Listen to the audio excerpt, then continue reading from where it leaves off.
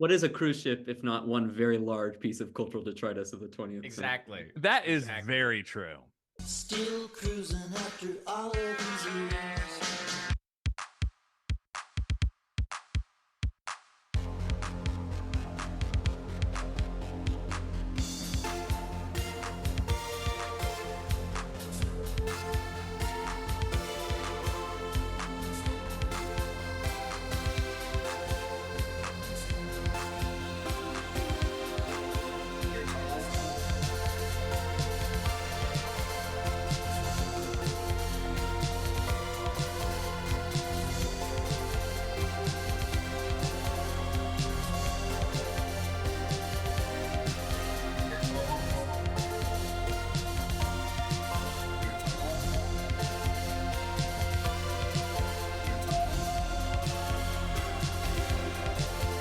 You're tall, but I'm standing in front of you.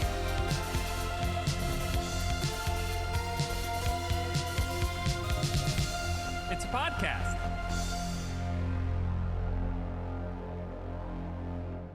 Welcome to You're Tall, but I'm Standing in Front of You, the podcast where two friends circling the drain of academia examine the cultural detritus of the 20th century. I'm Devin.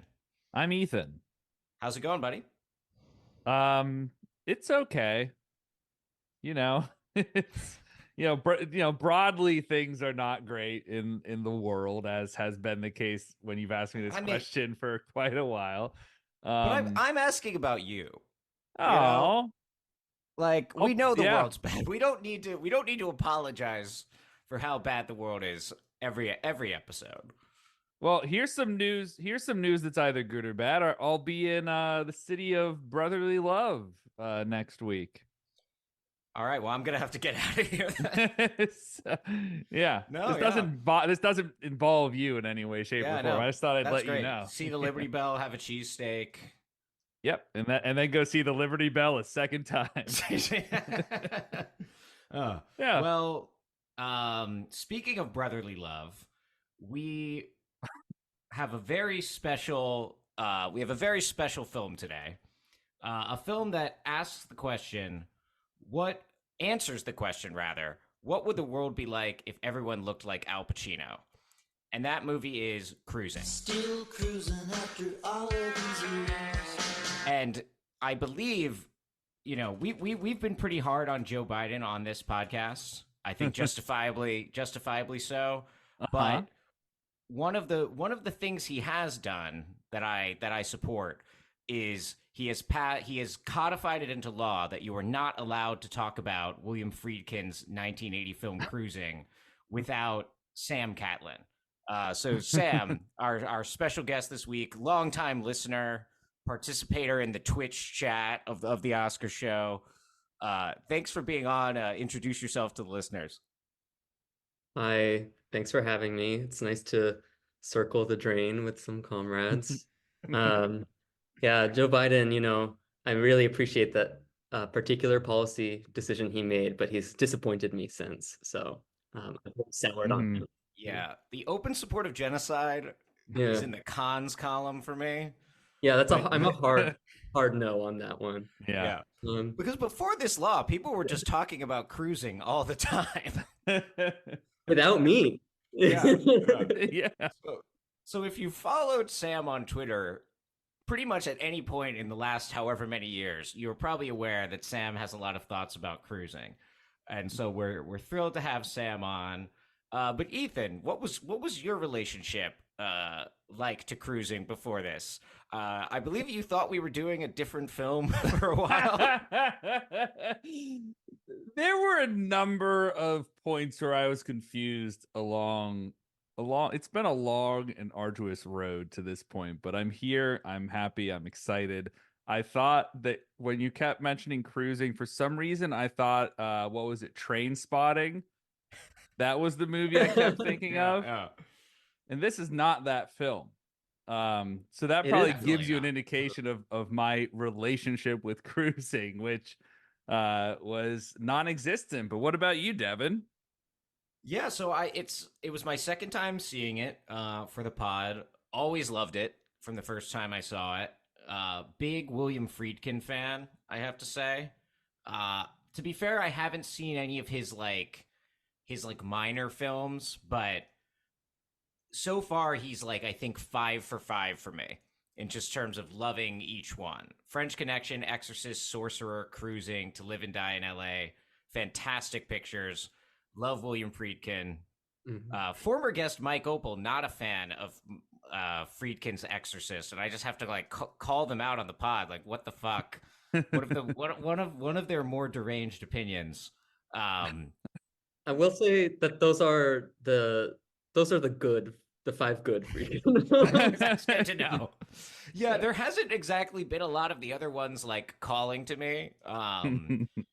I should at least see the Brinks job because it's in between Sorcerer and Cruising, which is interesting to me. But you know me, Ethan. I just love that, like, late 70s, decaying New York, stagflation, dawn of neoliberalism aesthetic. Like, and Friedkin really has that. Yeah. This is like, it is the seed in which it is set is that New York where, what did I write down here about it as I was watching? Because the aesthetic also stood out to me. It's dark, it is grimy, but it's what I refer to as cool New York. Because of course, as we all know, the New York of today is not cool. So, yeah. Yeah, no, none of us like New York. We all do. All three of us do drive to New York multiple times a week, just in case we ever need like peanut M&Ms or like ginger ale or anything, because there's nowhere to get that around here. You're really accruing the frequent flyer miles with that, Ethan. But Sam, tell us a little bit about. I know you tweet about cruising a lot. When did this interest in cruising start? I mean, I love the film. I've seen it many, many, many, many times. And a lot of those are times when I'm watching it like critically and actively and like taking a lot of notes and thinking about maybe trying to say something about it in some forum such as this one day. And others I'm just like throwing it on because I love watching it. At this point, I know it so well that it's a very comforting movie, despite the fact that it's profoundly upsetting. I started my obsession with it started pretty recently, I think, actually, like a few years ago. I first saw it when I was 20, I think. I was 20 when I saw it, my sophomore year of college, and I did not have an immediately positive feeling about it. But it was from the start, definitely, I felt like the reputation that it had was not my experience of it. And so it was already interesting to me from the start that I had received messaging about this movie that did not match up with what I saw. And so I kept going back to it, and over time came to become, really appreciate it and then become sort of obsessed with it. I do tweet about it a lot, in part as a kind of reaction to that messaging, where I feel like it's just this movie that doesn't get the due that it deserves. So anytime there's like some dumb prompt tweet that's like, name a film about a guy who sucks, I'm like, anytime I can like insert it into the conversation. It's mostly a bit at this point, but I do also stand behind it. I do think that it should be watched not just more often by more people, but also in a different way than it has been. And could you maybe like for the listeners say a little bit about what that kind of critical consensus received wisdom about cruising you found yourself reacting against was? Yeah, I mean, so the messaging I got from got about it was that it was like a homophobic movie. Like I should say up front that I'm gay. It's probably important for this episode that it be clear that at least one of the three people speaking. Yeah, it's especially important for Ethan and I think that you established that. Yeah. So I exploring representations of gay sexuality in popular culture as a, 20-something, young, late teen, early 20-something, interested in film, literature, etc. This film had the reputation of being like bad as an aesthetic object, like just like a crappy movie, but also like ethically dangerous or destructive in some way. And uh yeah, that's the message. And it's like I didn't watch it for a long time. I knew about it way before I saw it because I was like, oh, I don't want to watch that. Um and then I did watch it, and it is a pretty fucked up movie, but I think it is I think it is more interested in staging and criticizing the things that people attribute to it. But it's also been dogged by this reputation for other reasons that have to, we'll get into this, I think, later on, but having to do with the circumstances within which it was produced. But then also the fact that AIDS happened a year after its release. And it sort of retroactively became associated with a kind of homophobic account of AIDS. And so I think it just that reputation sedimented pretty quickly. And it's been, I think it's undergone some form of critical reappraisal, but I still don't think a very good one.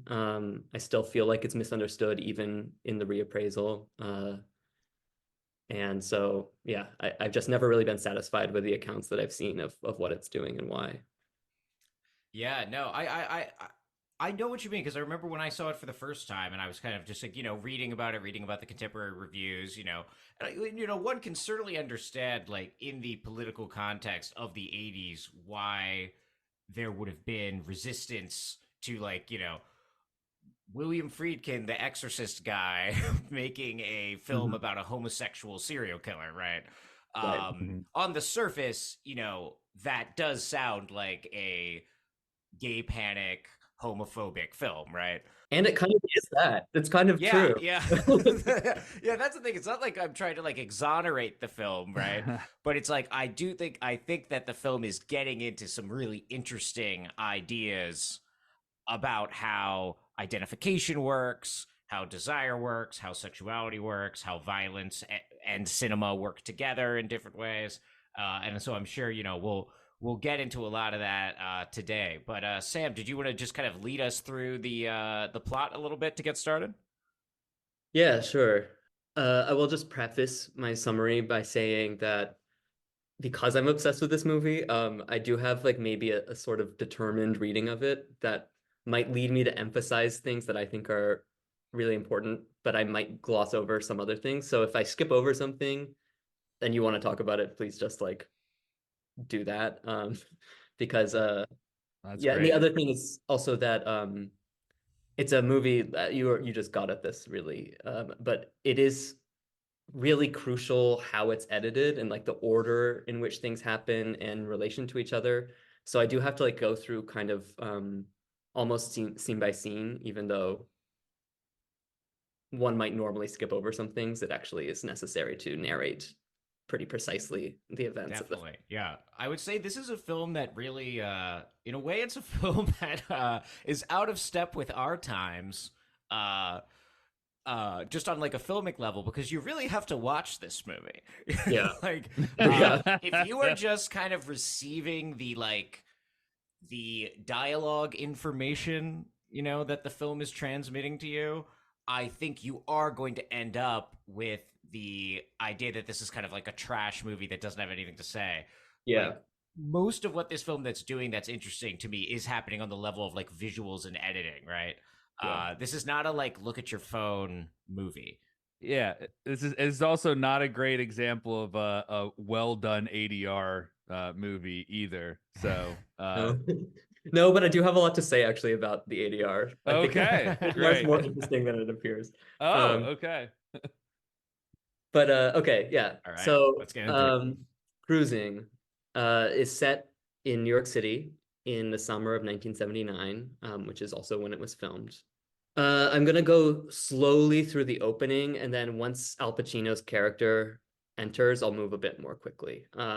But the opening of the film is opens at on the Hudson Bay, where a worker on a tugboat sees a severed arm floating in the water, and we cut to the morgue where a police detective is talking to the coroner about this arm and wants the coroner to see if it will match a torso that they found also in the Hudson the previous month, I believe. Yeah.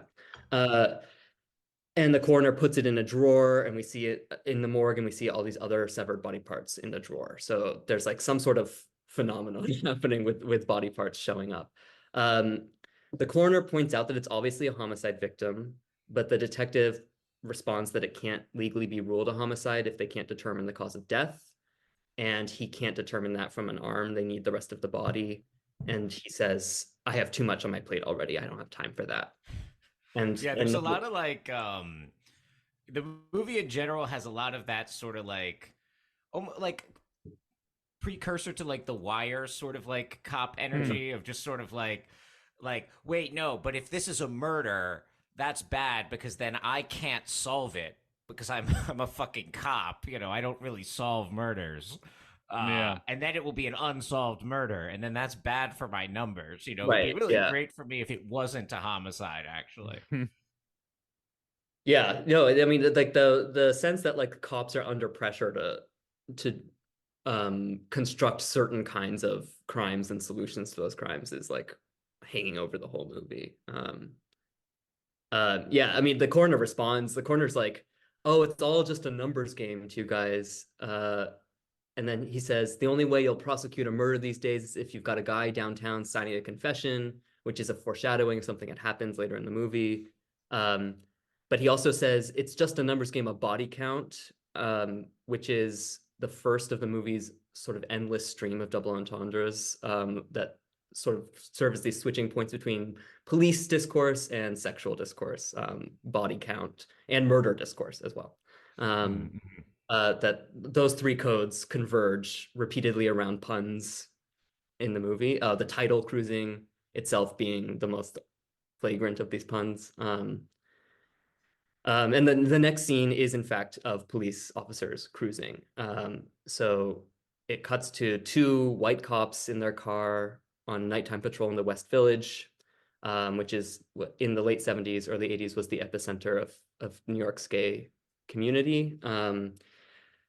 And one of the cops who we later learn is named DeSimone, is complaining about how his wife has taken their children and left him. And they are sort of bashing on his wife in the car. And the other guy says, they're all scumbags, all of them, you'd be better off. And it seems like he's saying all women are scumbags. And DeSimone looks out the window and there's all these gay guys, out on the town on a summer night. And he has this short monologue about the state of the neighborhood. He says, this is a quote, "One day this whole city's gonna explode. You used to be able to play stickball on these streets. Now look at these guys. Christ, what's happening?" And then the cops accost two people. The screenplay calls them transvestites, so I guess we're gonna call them transvestites because that's what the script has. Probably if it was made today, that would not be the word that the script used. But these two transvestites in full leather drag, and the cops force them into the car and sexually assault them. And I do want to be clear that that's what's happening in that scene, that it's a rape scene. I haven't actually, that's one of the things that I haven't seen really said outright in most of the writing on the movie, is that like the third thing that happens in this movie is that cops rape people. They force them into the car and force them to perform sex acts. Yeah. And one thing I just want to note that's thematically important is that as they're forcing these two people into the car, one of them calls DeSimone a pussy. And I do think that proves key to the sort of to what the film is trying to say about the cops. Yeah. And like you were saying about like the double entendre of the word cruising, right? Right. It's interesting, like even like in this first instance of like the police version of cruising that the film shows us, already the kind of the differences are collapsing in some way between Yeah. those two forms of cruising. Though of course the police's version of it is violent, coercive rape, right? But yeah, that seems very, very important. Yeah, I mean it's giving us to ask already, like when they're out cruising in the police sense, are they in fact also cruising for victims, and cruising for sexual gratification? And how would you ever know the difference? And how would you Mm-hmm. know the difference is like sort of the question of the movie that Hmm. keeps coming.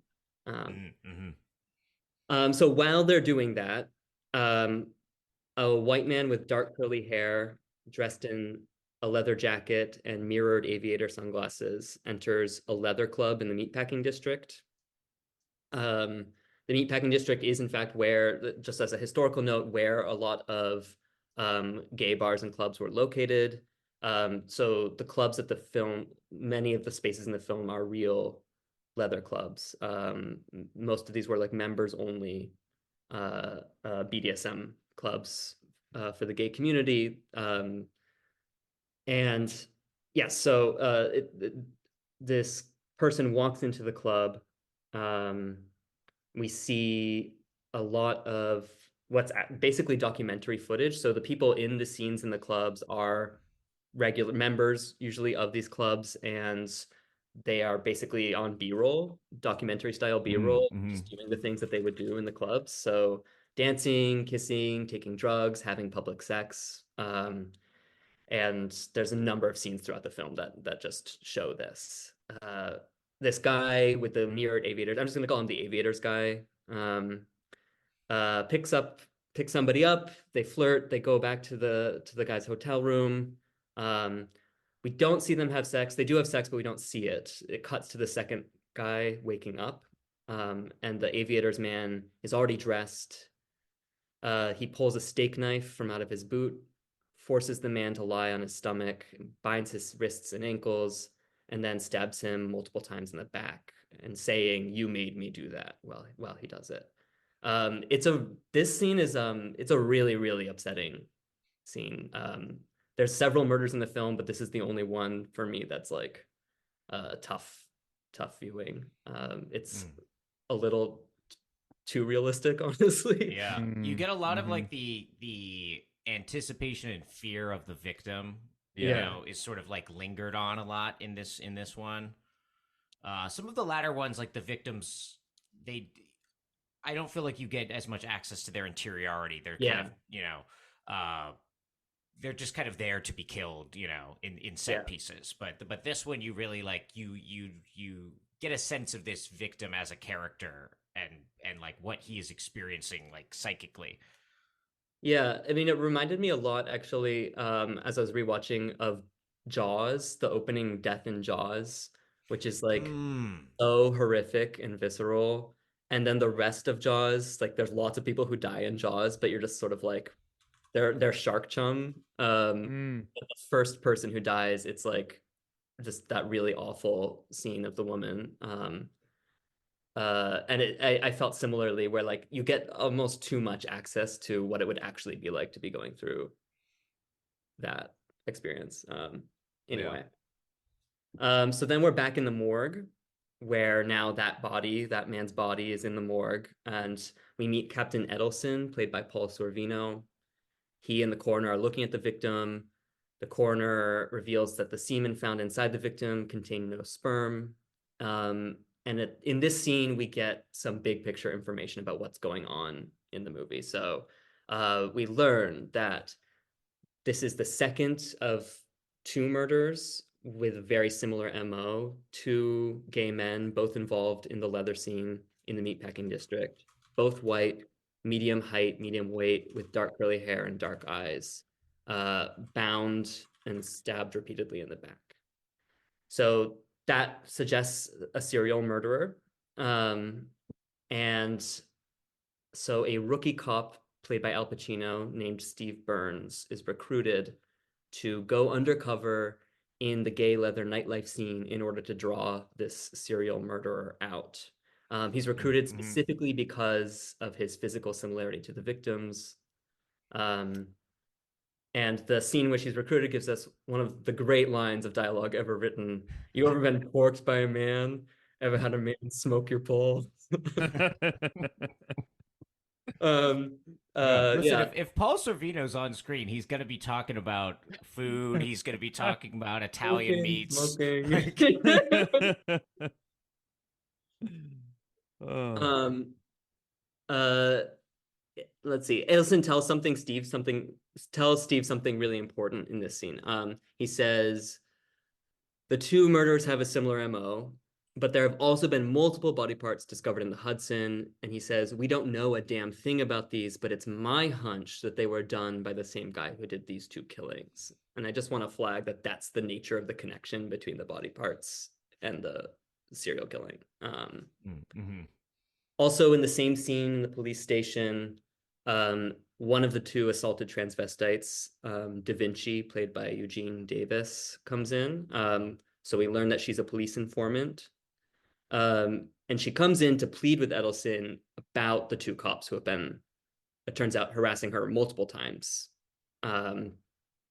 She doesn't remember DeSimone's name correctly and doesn't have his badge or license plate number. And Edelson says that there's nothing he can do and says he isn't even convinced that they're really cops. He says there's more guys out there impersonating cops than there are actual cops.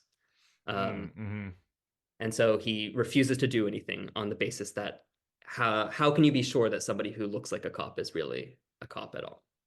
Mm-hmm.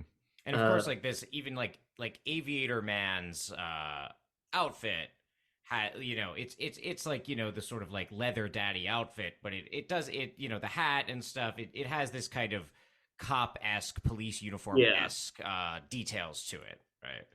yeah. David Grevin, who's a scholar who wrote this book called Psychosexual that is really, really good. I recommend. Is the only thing that I've read on cruising that I think is really good.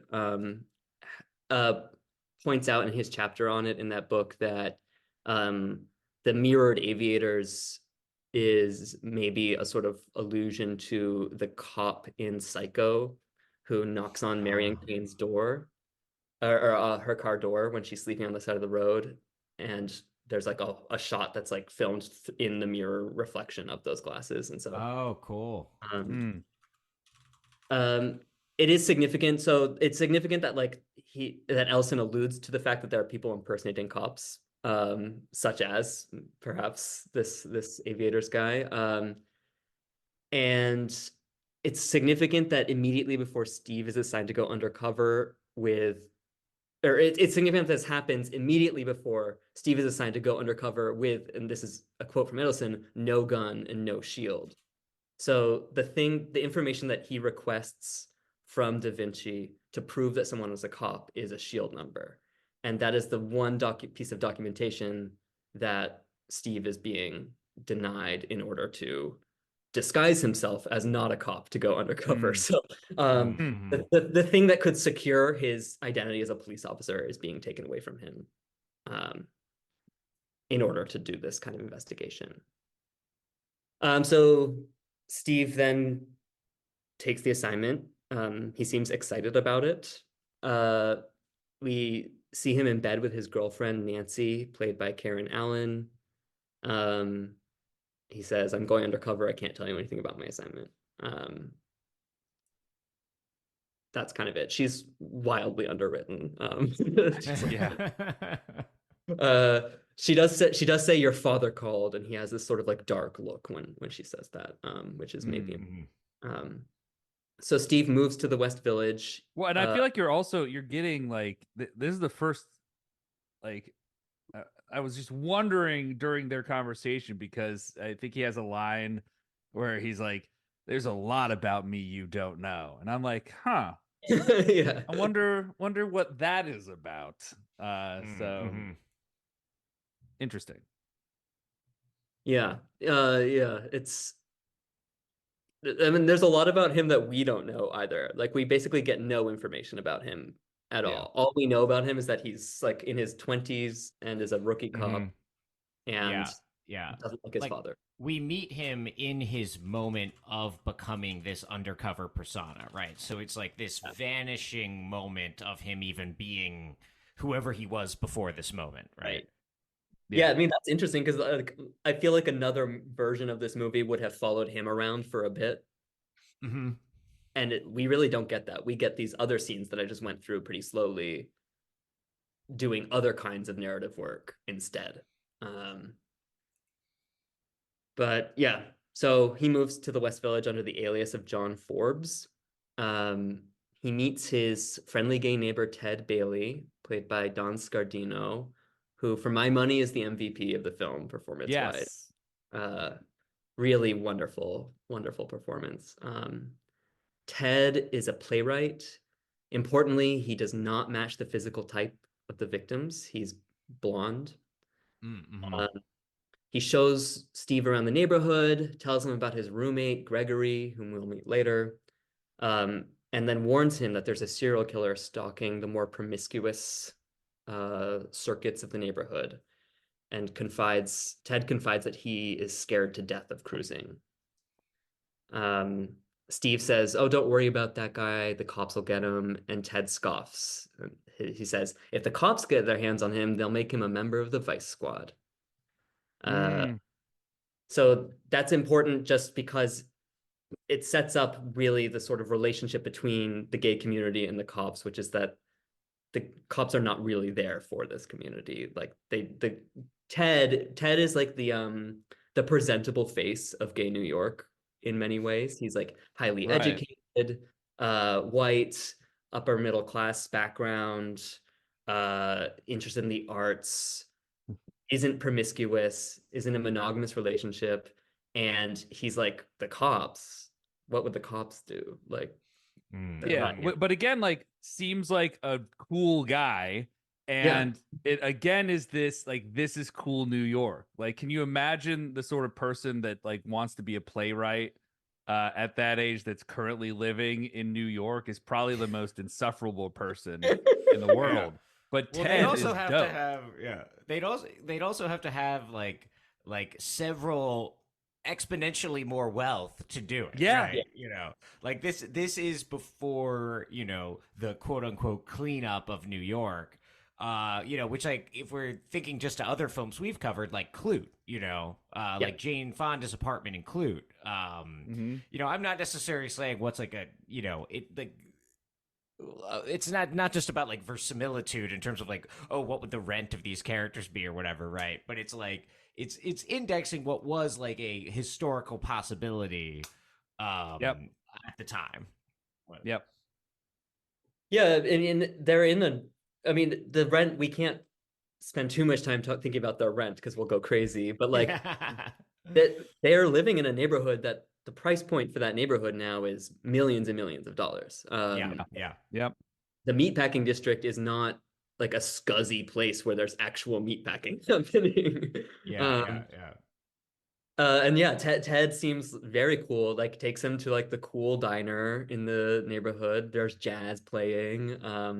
He's writing a play. Like his summary of the play is so funny. It's like boy meets boy, boy loses boy, boy ends up with analyst. Yeah, it's like it's definitely like the place where like artists who can't afford a lot are gathering. And uh their building seems disgusting, but also yeah, it has like sort of like old New York frisson. Um Something else that Ted says that's really important is that he mentions one of the two murders. Um, but in his account of the murder, the victim was hacked into pieces. But we know that that's not true. We know that both Mm-hmm. of those two murders involved the victims being stabbed in the back. We also know that Ellison is trying to link those murders to the severed body parts, and we also know that Da Vinci, the transvestite, is a police informant. And so altogether, this suggests that perhaps some police intelligence is being injected into the gay gossip network. Mm-hmm. That by the time Ted learns of these murders, the link has already been drawn between the two crimes. Good, good. Yeah, yeah. And that's the end of really of like act one of the movie. So now things like kick into gear. So there's a long passage that I'm not going to get into, although there's lots of funny stuff that happens in it, where Steve is exploring gay nightlife and the leather bars. He makes some dumb social mistakes, learns the rules and the codes, starts wearing a leather daddy outfit, starts working out to get buff as the guys he sees at the bars. Mm-hmm. Um, There's like some the colored hanky faux pas, right? And I just yeah, want to point out that because I didn't notice this at the time, but Powers Booth plays the hanky yeah, salesman, which I totally Oh, missed. it's a weird casting choice. Yeah. Yeah. Yeah, and like that's one of those moments where if you are inclined to speculate a lot about Steve, like he goes to a bar or to a store, asks Powers Booth about the hanky code. Powers Booth tells him what the hanky code is, and then Steve shows up to a bar the next night wearing a yellow hanky, which indicates that he wants to get pissed on. Um, and then acts surprised when somebody asks, "Can I piss on you?" Mm-hmm. And he's like, "Oh no, I don't really want that." Uh, so something's going on with like what he wants, what he says he wants, what he's testing out. It's hard to say, but things aren't all clear with him in terms of Yeah. his. You also get you have that one like dance sequence where he starts like getting really into the dancing. It Mhm. almost looks like he's like kind of becoming someone else in that scene. Like it's like it starts as if he's kind of just play acting for the purpose of his undercover identity, right? But like the camera is kind of like, it keeps like showing him from these different angles, and he's like really starting. He's going like wah wah. We get a lot of good like you start to get a little of the hoo ha Pacino in that yeah, in that that was a sequence, good, Yeah. right? that was a And good Pacino. Ah! yeah, Yeah. like the again the idea that like the nature of the participation, the nature of what's a performance, what's not a performance, or is can we is there even a reality against which to posit some things as performance and some things as not? Is Right. all Right. kind of the You're question. almost seeing him like in the moment looking at someone being like, wow, he's got a great ass.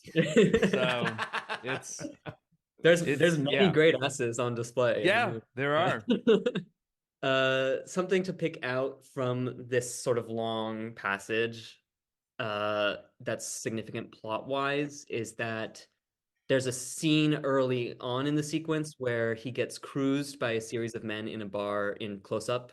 One of those men is Officer DeSimone. Um, Mm, I I did missed not that. notice Wow. that. and then shortly afterward, he's in Central Park at a cruising spot near the Bramble and is cruised again by Officer DeSimone. Um, Wow. Out of uniform, and they appear not to have met um, previously. They don't recognize each other. Mm. But he very nearly goes in the Central Park scene. He very nearly goes off with DeSimone, except that another hotter guy walking the other direction makes eye contact with him, and he ends up going off with that guy instead. And at that point, it's like pretty clear that, among other things, Steve is in fact having gay sex as part of, as quote unquote, as part of the job. Who knows?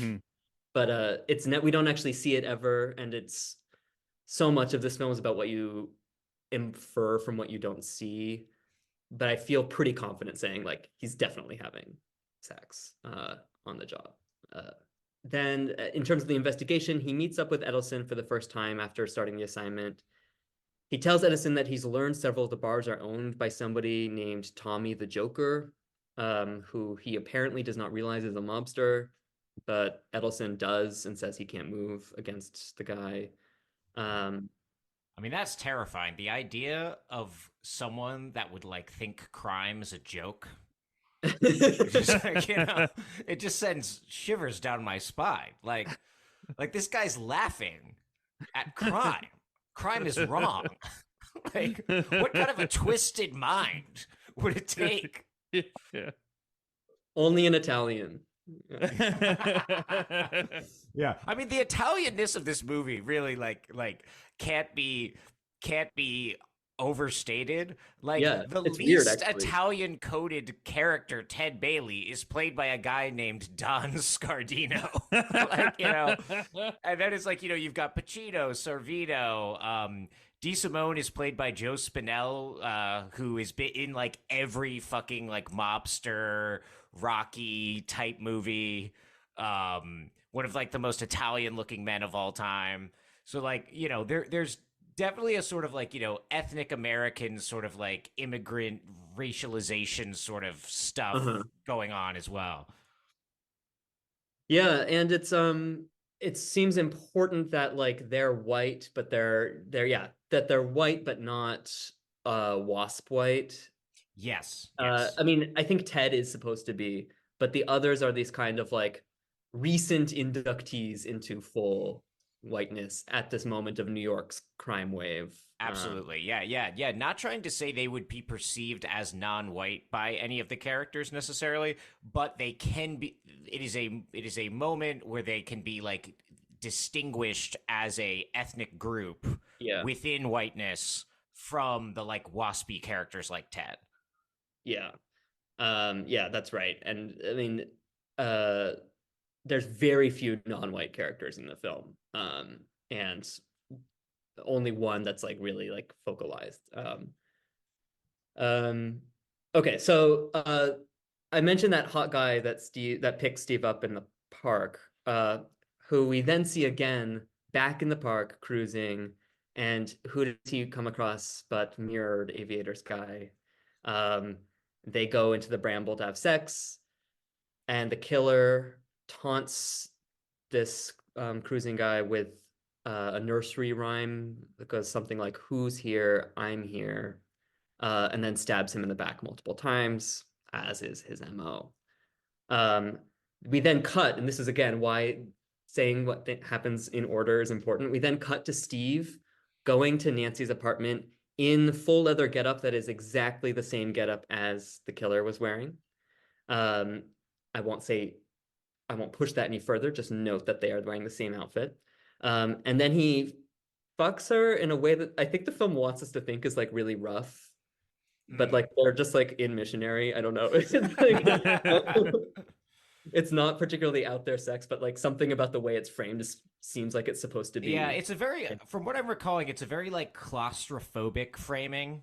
Yeah. I feel like you're Mm. really close up on like Pacino's back And her face. and You see her and face. her Yeah. face, yeah, Yeah. facing the camera, yeah.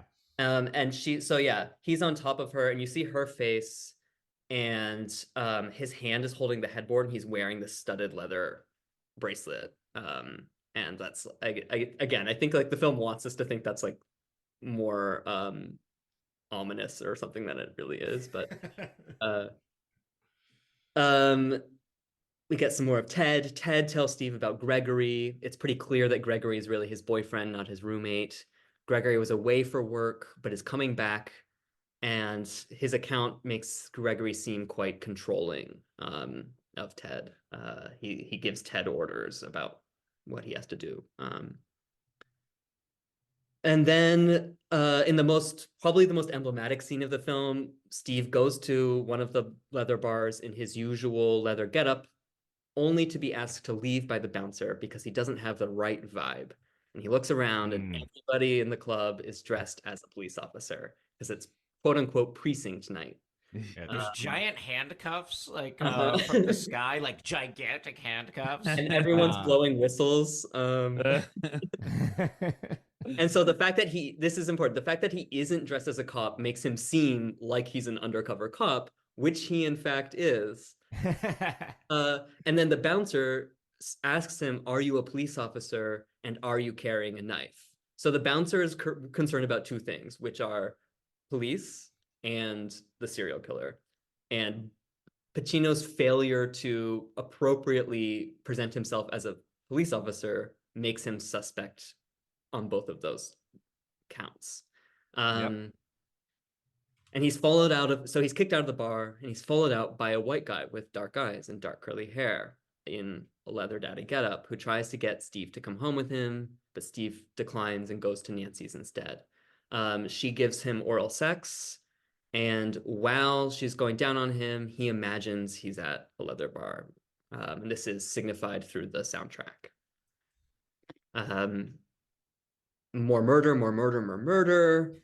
Um, Hmm. there's one more murder at a porn house. And this one's important because the killer puts a quarter into the projector and so leaves a Mhm. fingerprint behind. Um, Is there a proper term for the? Is it just porn house? Because I put down penny arcade, and that doesn't seem right. the gay sex penny arcade. But I mean, yeah, a porno theater. I don't know. and it's like Hitchcock-esque, this scene with like the first person with the killer aspect to it. I feel. I don't Yeah, know. and it does give us that really, really cool shot of like the porn film is playing and it's sort of blue tinged, and like in silhouette you see the killer's hand with the knife Right. against the porn And the blood gets splattered on the screen on the too, screen. right? Yeah. Yeah. Yeah, a very evocative. Not narratively, not an important murder scene, but very evocative. Um, and then what is important is that immediately after this, Steve comes back to his apartment and he is again wearing the same outfit as the killer. Through his walls, he can hear Ted and Gregory having a fight. Edelson, meanwhile, is summoned to the office of the chief of detectives. Berman, played by Alan Miller. Berman, whose job is electorally contingent, explains that he's under intense political pressure from above from the mayor's office and grassroots pressure from the gay community from below to catch this serial killer. And he tells Edelson that either Edelson needs to solve the case before the Democratic convention or he'll be replaced by somebody who can solve it faster. Um, then more dancing, more dancing, more dancing. Yeah, so this is the part where that you mentioned, Devin, where This is where it he comes starts in. Yeah. dancing. This is probably of the bar scenes the most important because it shows him like sort of letting loose as opposed to being there sort of on the job, like looking at people, profiling them. He's like a guy asks him to dance. They dance together, they take drugs, like they take poppers off the guy's handkerchief, and it's it's like it's actually kind of like a positive social experience that he's having in the club. And it's intercut with people having sex and like, including famously somebody getting fisted in public in the club. And it's just like this sort of ecstatic passage in the movie as opposed to like the dour glum tone that basically the entire rest of the movie has. It's like the one moment when it seems like this could be pleasant. Like Yeah. maybe there's something here that like is valuable. The lighting changes also. It's shot in yellow light instead of blue light. It's like a really marked passage in the movie. Yeah. Yeah. It's also the part where like there's that really uncanny shot where he goes to the bar and there's another guy standing next to him who looks exactly like Al Pacino. Very unnerving. Yeah, yeah. It's like hard. There are moments in this movie, especially early on, even having seen it before, like I was like getting confused sometimes, like a scene, like a murder scene would be happening, and I was mixing up even like which character is the killer and which character is the victim, Mhm. because there's like so much overlap in sort of like appearance, like Yeah. um Well, we'll talk about this, but like the killer is played by four different people who are all also victims. Um, so like Yeah. oh I shit. okay. That Okay, yeah, thank so you that makes sense because I all had a right. note partway through that said, "Wait, did someone just kill the original serial killer?" that And happens. okay, I wasn't losing This is a movie about how dangerous it is to have more than one Italian. it. This is why our podcast only has one Italian. I don't know if you're Maxed out. Italian, Sam, I'm but not Italian. No. Oh, thank thank God. goodness. Thank God. We'd have to cut this right now. Um, so the guy who followed Steve out of the bar at precinct night is named Skip Lee, and for basically a completely made up reason that like Skip Lee is like kind of aggressive, Pacino names him as a potential suspect. Da Vinci tells the police that Skip works at a steakhouse. Detectives acquire one of the steak knives from the steakhouse, and the coroner tells them that it could have been the knife, could have been the knife used to stab the 4 victims. Um, Edelson then asks whether the steak knife could be used to cut through bone, and the coroner replies that you would have to be very strong, but technically, yes, it could be done. So the police decide that they're gonna get Skip Lee for this, and they set up a sting using Steve as bait. So the idea is that Steve is gonna pick Skip up at a bar. They're gonna go back to Steve's hotel room, which is wired, and then at the moment when Skip is about to kill him, they're going to bust in and arrest Skip for attempted murder. So we hear over the radio in a cop car their encounter in the hotel room. We hear Steve, and what happens in this part is really important. We hear Steve trying to persuade Skip to tie him up, and Skip saying, "I'm not into that." And then something happens with the radio signal. It shorts out, and because they can't hear what's happening, they have to go and interrupt whatever's going on because Steve could be getting murdered. So the cops go in and they find Steve naked, bound at hands with his wrists and ankles, but nothing dangerous has happened. And he says, "You got here too early. What are you guys doing here? You're here too early." And it's not clear whether he's saying you're too early to catch him or I was trying to get fucked and like you interrupted. But you're too early. You're too early. So they bring Skip back to the police station. They interrogate him in a truly nightmarish scene that I imagine we'll probably talk about later in more detail, but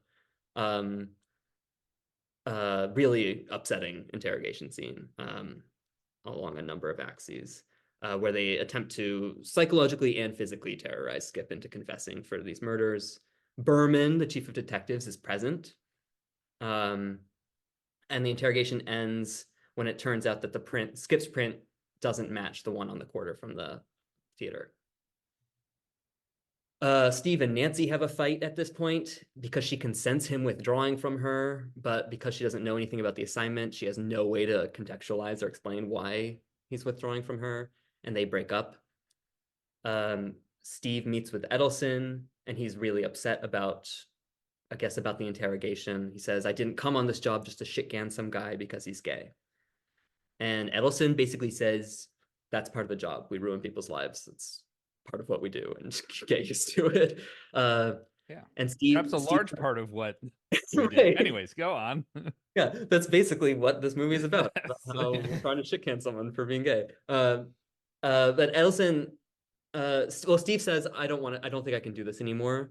And then Edelson says, "I need you. You're my partner, and you can't let me down. We're up to our ass in this, and I'm counting on you." And so that persuades Steve to stay on, so he does. The first victim, the one we never see murdered, was a Columbia University professor. So Edelson gives Steve a Columbia yearbook with all of the male students who took that professor's courses circled. Man, thank God they don't make these anymore. Steve cross-references their faces with men he's seen at the bars and zeroes in on one he recognizes, a white guy with dark curly hair and dark eyes named Stuart Richards, who is a graduate student in musical theater history at Columbia. This was the believable part where then he calls Columbia, is like, "Hey, what's this guy's address?" And they're like, "Oh, yeah, sure. Here it is. Thank you." That's kind of the end of Act 2 of the movie. Act 3 is Steve pursuing Stuart and trying to catch Stuart. Stuart, it's made clear immediately, is a real freak. He goes running in New York in the summertime in a sweatshirt and jeans, which is something only a true masochist would do. Yeah, wow. We get to know Stuart a little bit. We see him working out and talking to his friend Paul. Played by the dad from Boy Meets World. Oh yeah. Yeah. Wow. And uh it's interesting that like he's blonde. He has blonde curly hair, and there's like a sort of doubling happening between him and Stuart and then Steve and Ted. Where like the blonde guys play like the like friendly confidant to the troubled dark-haired leather daddy. Um, Yep. um and Stuart's complaining about his father in this conversation. And so Steve begins to stalk Stuart in a manner that's ostensibly part of his job, but is pretty fucking creepy. From the start, it's very sinister the way he's behaving. And he breaks into Stuart's apartment and finds a closet full of leather gear, which is again presented to us as if this is somehow incriminating, but everybody in the movie wears this outfit, so it's like really not. Um, and also a box of unmailed letters to Stuart's father. And Steve reads some of these, and they are, I guess, disturbing in some way, although they're not that disturbing. Stuart realizes Steve has been there when he finds the letters disturbed. And as he like looks at the box of letters, we hear on the soundtrack the sound of a man being violently beaten. Um, Stuart goes to the park and encounters his father. And the father, he tells his father, I've tried to do everything that you wanted me to, but it's never good enough. Um, and while he's saying this to his father, we see black and white flashbacks to all three of the murders. And then the father says, you know what you have to do. And his father's voice is the voice of the killer that's used in all of the murder scenes. Mm-hmm. So at this point, Stuart is aware that Steve is stalking him, and they're like gearing up for literally gearing up in their leather gear for like a big confrontation. And Steve, ready to go, decides to check in on Ted, but Ted's not there. At least doesn't come to the door. Gregory is there instead.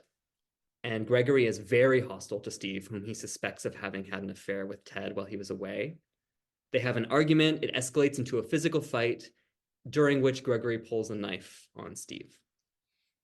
And if I could just interject, Yeah. just want to call out with Gregory's appearance, we now have a 3-time actor appearance on the podcast from James Remar.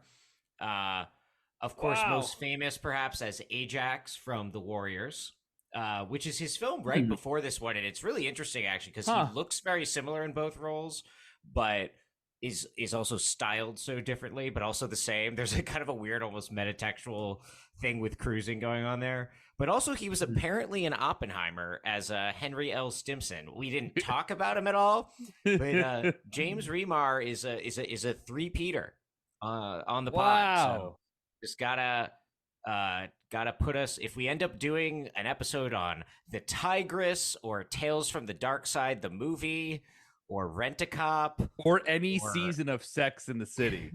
yeah, which we have talked about doing actually. Yeah, so he is climbing up the rankings. Well, he plays in Sex and the City. He plays Samantha's sometime boyfriend, Richard.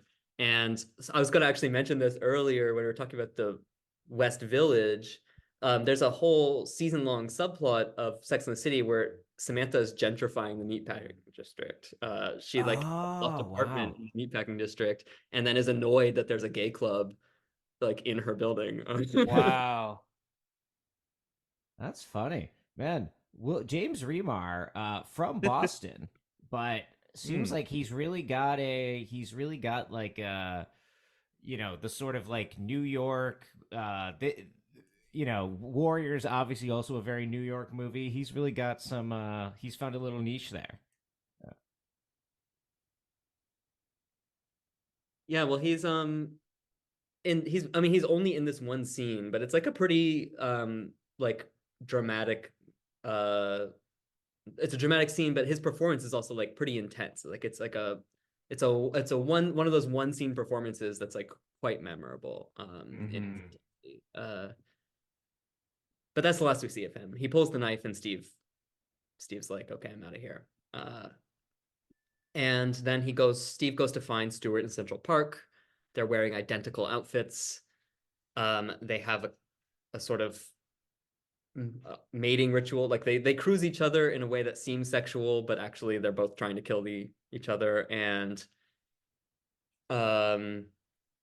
Stuart tries to stab Steve, but Steve stabs Stuart first. And I do want to note that it's in the front, not in the back. Stuart wakes up in the hospital.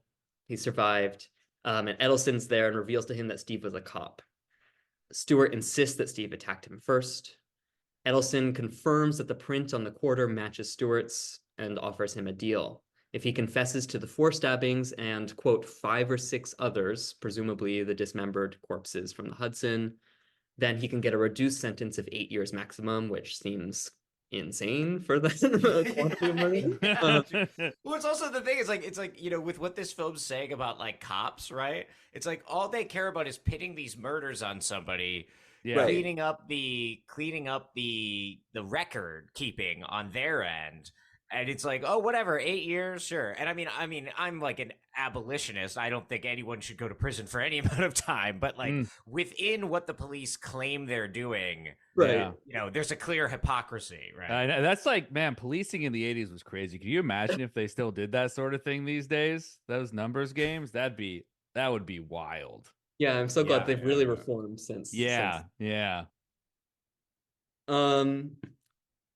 Stuart maintains his innocence. He says he never killed anybody. Then Edelson tells Steve that he's going to be subpoenaed by a grand jury. This goes directly to what you just said, Ethan. You're going to be subpoenaed by a grand jury because of your use of violent force, but don't worry, it's going to be fine.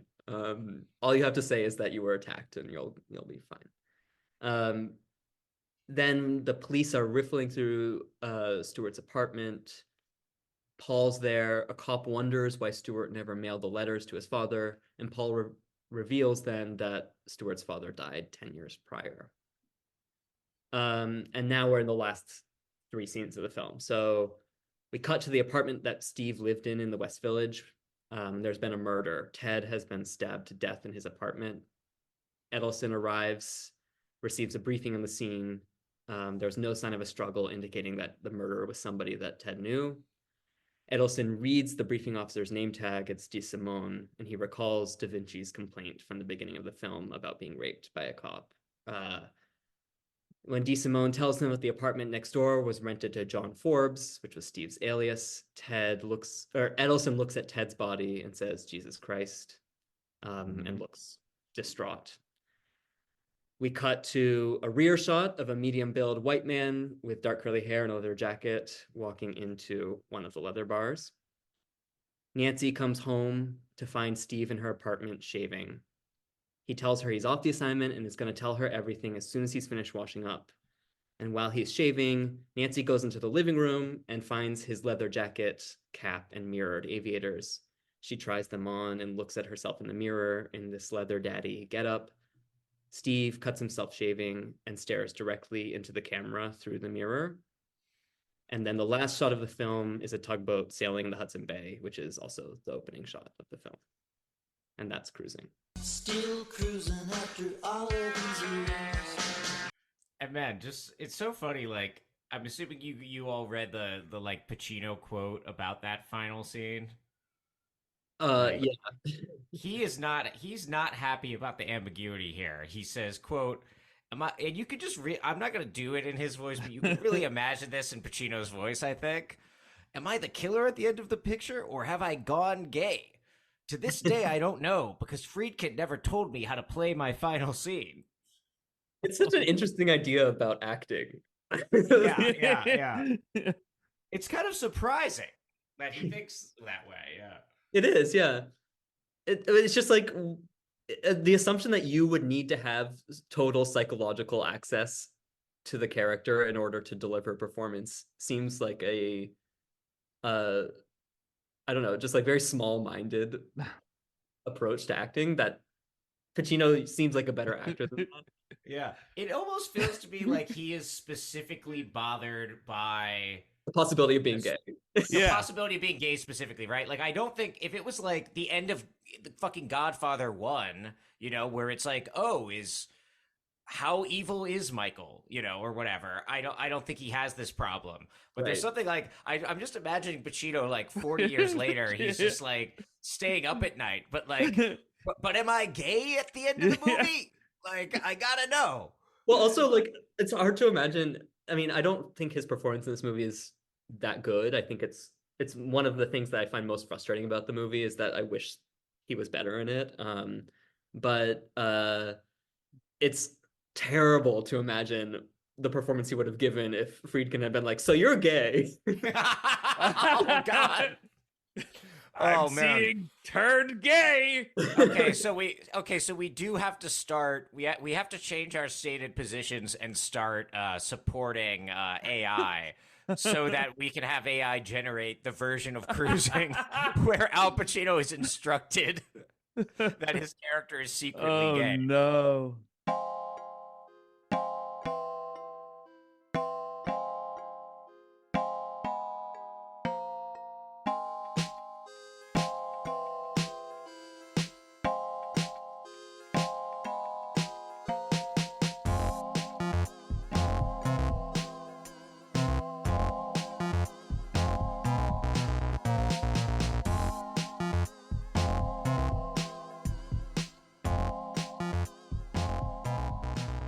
Well, thank you, Sam, for leading us through that synopsis for Cruising, a film from 1980 starring Al Pacino.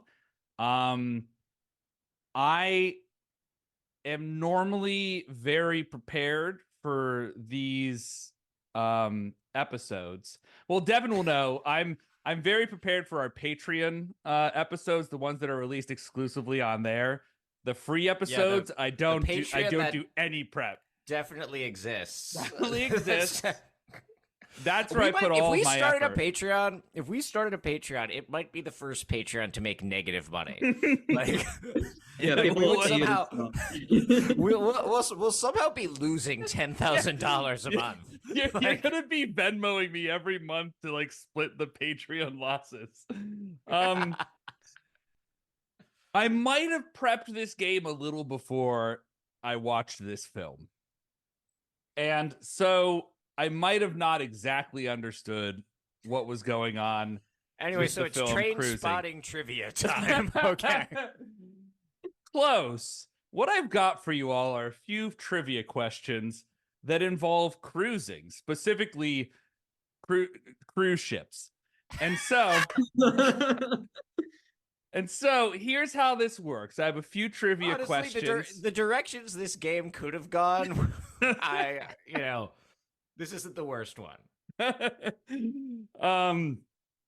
Here's how it will go. So 7 questions. I think the last one will be worth a few more points. Just so you know, I'm not making it up right now, Devin. So yeah, it's all written down, I'm sure. Like, I'm going to ask the question, and whoever wants to guess first, I'll ask that you just use the reaction feature. You know how to react, like raise your hand and stuff like that. So you'll all do that. I'll see it. The audience won't, but I will. That's just so like if you have this, you can't have the same answer. So if someone wants to guess first, you can lock it in, but you don't get to change your answer.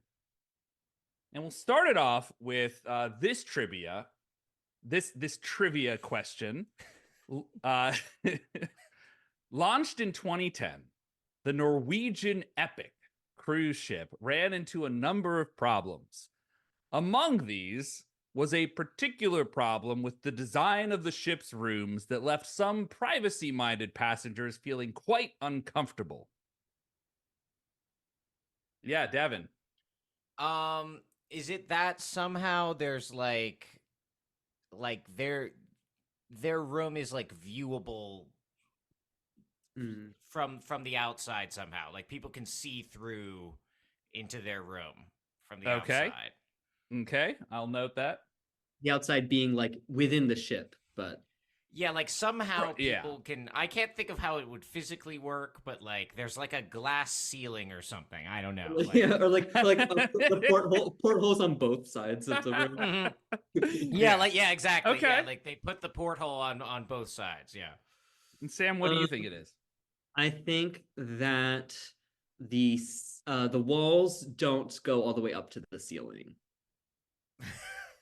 That seems like it would be I- a major problem. You I lived in an you apartment think like that's that. yeah, you think it's funny, but there's actually in the 70s, there were a bunch of schools that were built where the walls only went up 3/4 of the way. The idea being like, we're going to create a community. But imagine teaching third graders, but you can hear every third grade classroom in the entire school. It's a nightmare. I've worked with teachers in some of these schools, and they're terrible. So it's not an out there idea. People have Yeah, tried it yeah. and also Well, failed miserably. I was just thinking back to you did an episode on Titanic and how like when they built those bulkheads in the Titanic, they were just like, oh, we'll stop at Yeah, Eden. that's. Can you um, imagine the ship where all the walls just go up part of the way? So if any water gets in, anyways, okay. I Yeah. will read you what happened, and this is from cruisecritic.com. Oh, my favorite Yes. website for cruise. So I figured you had already read it, Devin. So we'll see. The first and only ship in its class, Norwegian Epic, experienced a series of setbacks before its grand entrance into the cruise market in 2010. Often the butt of jokes about its appearance, Epic suffered further ridicule for the bathroom design in many of its cabins. Although the setup introduced a unique concept that separated the shower and toilet areas, the division was made clear, quite literally, by nothing more than translucent glass walls, leaving anyone with stage fright unable to answer when nature called. The cruise line solution, a curtain that allowed the entire bathroom area to be blocked off from the rest of the room. The oddest irony, see-through bathrooms are probably just fine for solo travelers without privacy concerns. But the ship's much-praised solo cabins actually have toilets hidden behind solid doors. So if you got a cabin with more than one person, a shared cabin, the toilets were entirely exposed with translucent glass. So you can maintain direct eye contact with your significant other while you're using the restroom. Man, this would be a major problem for me. It's not great. I don't think Not, either of you had this. You were close, Devin, in that like you thought outside, you could see it from outside. So I think we're squared away for this one. It's 0-0. I'm so confused by this design choice. Right?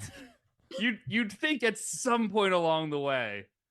But it really tells you something perhaps about the sort of folks who design cruise ships. Like, yes, yes. Yeah. Okay. Second question.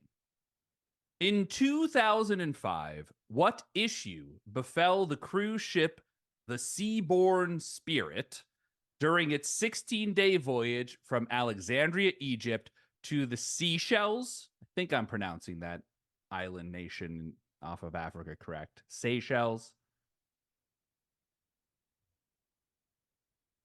Yes, Devin. Was this? I have vague memories of there being like a cruise ship where there was like some kind of like disease outbreak on. Isn't that Okay. epic? That's yeah, I would also be familiar with those stories because Like, there have maybe, been like- many. But okay, Yeah, so I don't know, like like rampant food poisoning or something. Like something where like everybody's like very significantly ill. okay. I'm gonna guess that I don't have a very concrete guess, but something happened politically between point A and point B. Like when they set out from Alexandria, things were one way politically, and when they Kind of like the terminal kind of situation. Yeah. Like it's like oh like the country that this like ship is registered to no longer exists. Like Yeah, something like that. Something geopolitical that Well, let me read you from an article at the time. Pirates attacked the luxury cruise ship off the Horn of Africa on Saturday, waking passengers with a sunrise fusillade of grenades and gunshots before the ship's crew outran the two boats carrying the assailants. The Miami-based cruise line reported. I'm gonna add a word in here. Tragically, none of the 151 passengers aboard the Seabourn Spirit were injured in the 5:30 a.m. assault, but one crewman was hit by shrapnel and the ship sustained minor damage. Charles Supple, a retired Palm Springs physician on board, of course, gave an account of the showdown in an email to his son in Sacramento shortly after the vessel reached safer waters. The ship was still en route from Egypt to Kenya and was sailing off the coast of Somalia when, quote, all hell broke loose, he said. Quote, the captain came on the loudspeaker, telling everyone that there were unfriendly vessels on the starboard side and to stay in our rooms. The plink of bullets on the side was very noticeable, Supple, 78, said. Supple said he had grabbed his camera and was peering out his stateroom window when he saw a pirate with a rocket-propelled grenade launcher aim seemingly at me and fire. What a flash! I dove to the other side and the rocket hit 2 decks up and 2 staterooms forward. After 10 minutes or so, though it seemed like hours, we managed to pull away, as I think they were running out of gas to make it back to the shore, Supple said of the masked gunman. We suffered many broken windows, and the rocket I saw struck in the side, leaving a big black area from the explosion, but no major damage. So tragically, that man did not die. who's And he emailing? his son in Sacramento. Yeah. This is such like a boomer dad. I know. Like a So of detailed course I ran to harrowing- the window, and yeah. So I'm going to give a point to Sam here because it was something political, not perhaps a political quagmire where they couldn't dock, but a political quagmire that why are there quote unquote pirates off the coast of Somalia? I could think of a few reasons why that has happened. They're bad people. Right, yes. Because they want to cause a ruckus for our Unlike good the people on the cruise ship who are good people. Good. yeah, not like Charles Supple, the retired Palm Springs physician that takes the cruise Man. ship. This email, I feel like Who this would- email is 10,000 words long. I am right now torn between two thoughts, which is one of which just like the amount of money you would have to pay me to go on a cruise ship. I can't even think of like $1 million. Maybe I consider it. But I'm also like, we should probably go on a cruise ship and do like a episode from a cruise ship. would Like, be a lot of If material. we're a podcast about cultural detritus, you know, Yeah. But we would maybe have that to could like be- offset the like terribleness. We'd have like monetarily, we'd have to like set aside a fund to make up for the fact that we're all going on a cruise ship. I don't know. yeah. Well, that's we why could you need just, the like, Patreon. That's yeah, why we yeah, need the yeah. Patreon. The cruise The ship. Patreon goal will be if we raise enough money to both afford a cruise and then afford whatever kind of like carbon offsets we need to buy. All right, yes, Yeah. Great. Pulling ahead. What is a cruise ship if not one very large piece of cultural detritus of the 20th Exactly. That is Exactly. very true. All right. Going ahead here. Very recent here.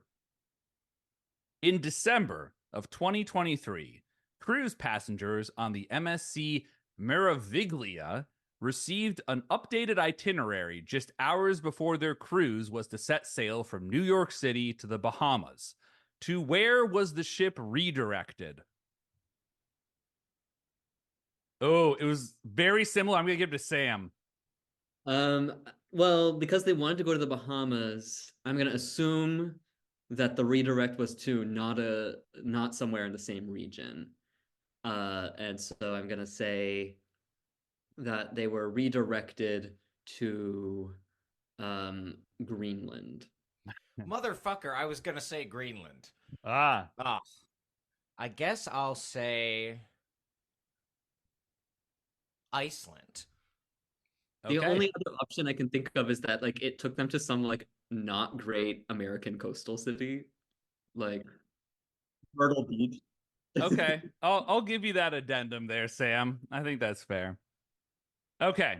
Here's an article from Fox News on this situation. Cruise passengers were shocked after their ship, which was originally bound for the Bahamas,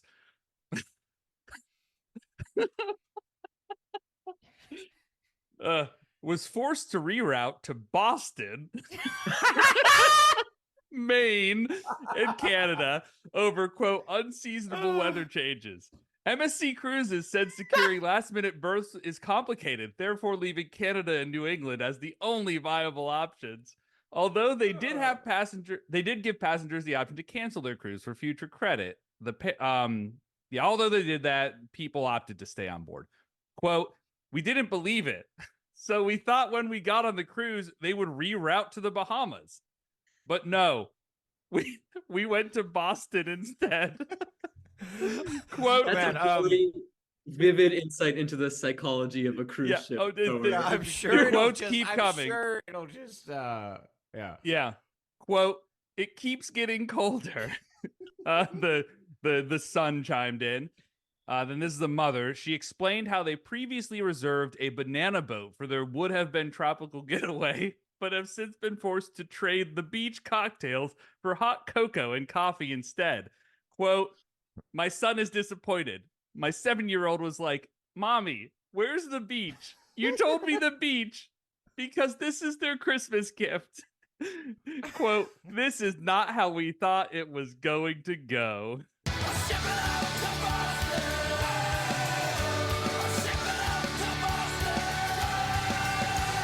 Yeah, wow, Boston. That's a deeply depressing turn of events for that cruise. It's a deeply depressing American city, and so Sam, I'm going to give you a point for that because you added on that it could be a deeply depressing American city like that. I wasn't even thinking that depressing, but I know it was off that no one even thinks about it. It's Mom, where are the beaches? Okay, so Sam, you're up 2. Devin with 0. A prop related to what famous cruise recently sold for over $700,000 at auction? Was the Titanic a cruise? Yeah. I'll say the Titanic. Okay. Like maybe like something from the film. Okay. We don't have to guess the prop. We just have to guess the cruise. The cruise, yes. I'm going to guess whatever the cruise in The Parent Trap was. Okay, I will read from an article on this auction. A controversial prop from the movie Titanic sold for over $700,000 at auction. Heritage Auctions said the wood piece that character Jack Dawson insisted Rose DeWitt hold on to until help arrived sold for $718,000 and $750, whatever. The auction site explained the piece, quote, was in reality part of the door frame just above the first-class lounge entrance. Both the salvaged piece of debris and the film prop reflect the opulent design scheme of the original shipbuilder, Harland and Wolff. So someone paid over $700,000 for... I hope it was Neil deGrasse Tyson. As part of his ongoing feud with James Cameron over whether or not that board could have supported both Jack and Rose. Real people who existed in history. At a real event that happened. Yeah. Specifically. Which James Cameron did scientifically prove they could not both be on it. So, case closed. Mm-hmm. Yeah. Go watch our Titanic episode for more on this important development. Okay. Devin, you are on the board with 1 point. Sam, you still have 2, so you're still in the lead. But this could go in any direction here. Let me see here. I would But a Boston. So. I'm just looking. That's my filler as I'm looking at what questions. It would be weird if the multi-question trivia game worked in such a way that it couldn't. That like 2-1, it was over. Sam with the impossible lead. of 2-1. The remaining questions are each worth 0.1 points. They are worth no points. Okay. Next question here. Carnival Cruise Lines had apparently known that their cruise ship engines were prone to fire and a serious health risk, or a serious safety risk. But who cares, because these are just cruise passengers anyways.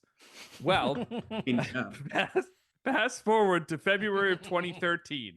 A fire broke out on the Carnival Triumph that resulted in a loss of power. This in turn resulted in the breakdown of the ship's septic system and all sorts of power systems, which led to this cruise being called what in popular media? It's called the Triumph. That's its real name.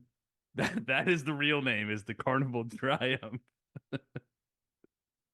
I want to say, like, I want to talk, because you mentioned the septic system. I keep wanting to say, like, shit, but I'm guessing if this is, like, a media thing, that's, like, too naughty. So I'm going to say it's, like, they were calling it the Carnival of Tears.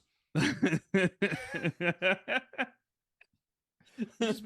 Too, maybe too, not quite their vibe, but it's all I can think of. Yeah, I mean, I'm thinking in a similar direction. Maybe, yeah, I mean, Carnival of Shit does have a good ring to it. But if the media wouldn't say shit, so I'll stick with the scatological. I'll be like, Carnival of Poo. Well, let me read you from an article that details this event. On Sunday, February 10th, 2013, at 5:30 a.m. Why does everything keep happening at 5:30 a.m. on these ships? That's when the pirates attack. That's when this. Okay. Because the crew is sleeping on the job. Yeah. At 5:30 a.m., the ship suffered a fire in the aft engine room. Although the fire was automatically extinguished and there were, I'm going to again add a word, and tragically, there were no injuries to passengers or crew. It resulted in a loss of power and propulsion. To make matters worse, raw sewage began to back up into passenger deck areas, creating a major health hazard. This caused the media to dub the event the Poop Cruise. And that's Sam gets points there. I'm gonna give that to Sam, because you're right, they couldn't say shit, so they referred to it as the Poop Cruise. Sam, you're in the lead 3-1, but we are now entering the danger zone, which, if only this ship had realized it was entering, would have ended up very differently, perhaps.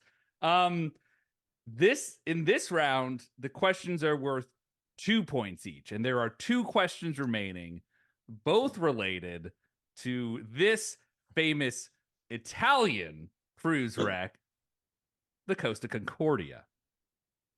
Oh, geez, I've never heard of this. Or Costa Concordia, whatever it is.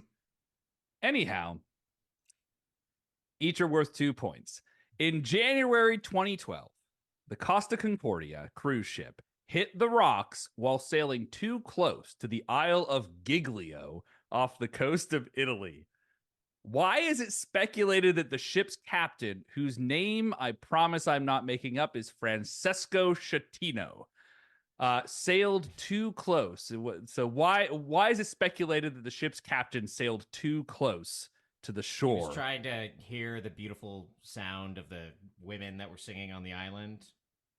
Okay, that is Devin, you're locked. That was an Odyssey joke. Give me a fucking break. Okay, I didn't know not realize you were that's what I was doing. No, I didn't know if you wanted to lock in on that as well. No. I'll go. Yes, Sam. I think that somebody that his family was in a feud with, like the heir of a family that his family was in a feud with, was he thought he saw him walking on the shore and steered the ship to run over. That's really good. Yeah, you were clearly listening to the context clues that this did happen off the coast of Italy. So you are okay. Devin? I'm gonna guess that somebody like his first mate or someone like just bet him he couldn't do it, and he was like, "Let me show you." Okay. And it turns out he couldn't. Let me read you from the article about this tragic event. Captain Schettino faces multiple charges of manslaughter and abandoning ship. The January 2012 tragedy killed 32 people. The captain faces, 32 people. The captain faces up to 20 years in prison if convicted. Miss Kemerton has been the subject of intense media interest, says the BBC's Alan Johnson in Rome. On the night that the Costa Concordia ran aground, she had dinner with the captain before he invited her to join him on the bridge as he oversaw what was meant to be a close sail past of the little Tuscan island of Giglio. Local press have speculated the captain may have been distracted by her presence or even showing off. In court, Miss Kemerton acknowledged after being pressed that they had been romantically involved. She had boarded the ship as a non-paying passenger hours before the crash, she said, adding, quote, "When you are someone's lover, no one asks you for a ticket." She subsequently dismissed... We're all somebody's lover. You know, like... She subsequently dismissed the remark as a joke to her translator. So it was because he was trying to show off to the captain was trying to show off to a woman that he was sleeping with. Basically, with them. I will add on one other piece from this because this went to trial. Many things were revealed. And in testimony earlier in the day, ship Mater D. Antonello Tiavoli told the court in Grosseto, Tuscany, that he had asked the captain if he could sail close to the island of Giglio because he has family there. The captain obliged on 6th of January, but apparently was disappointed with the result and ordered the ship's helmsman to plot a closer route for next time. A week later, the ship ran aground on rocks after veering too close to the island with all these passengers and crew on board. And so, I feel like it, Sam, you had said a feud, but there is a family connection. Though. Yeah. But I want to just advocate for my answer. Like, I was kind of like, I know I said bet, but it was like the gist of it was like he's trying to show off. He's trying to impress somebody. I'm going to give you both 2 points for this because I think so both of your changed. both of your answers speak to what's going on here. And in fact, I think like Sam's, yours was a little more tangential, so I'll give you 1 point. No. Okay, so essentially so now what? It's 4-3. Yes. And okay, cool. Of course, so this is all part of the rules. I'm not doing it. I'm not doing it only because this means that everything is on the line in the final question. That's not why I chose to give you. Well, that was really just we just really had to avoid the scenario where only Sam got 2 points in this question, thus rendering the last question meaningless. So it is 4-3. I'm alive. I'm down 1. 2 points are on the board. And I hope you've learned from this first answer that the captain is very Italian, as are apparently most of the crew on this ship. So do keep that in mind. Please lead into your stereotypes and prejudices because it will help you in winning this game. I learned that I wasn't anti-Italian enough in my... Okay. This is the final question, you all. 2 points on the board. Here we go. Continuing with Costa Concordia. Captain Francesco Schettino gained further notoriety when it was learned that he abandoned ship and had gotten on a lifeboat before any of his crew. What was Captain Schettino's excuse for getting onto a lifeboat and abandoning his ship and crew?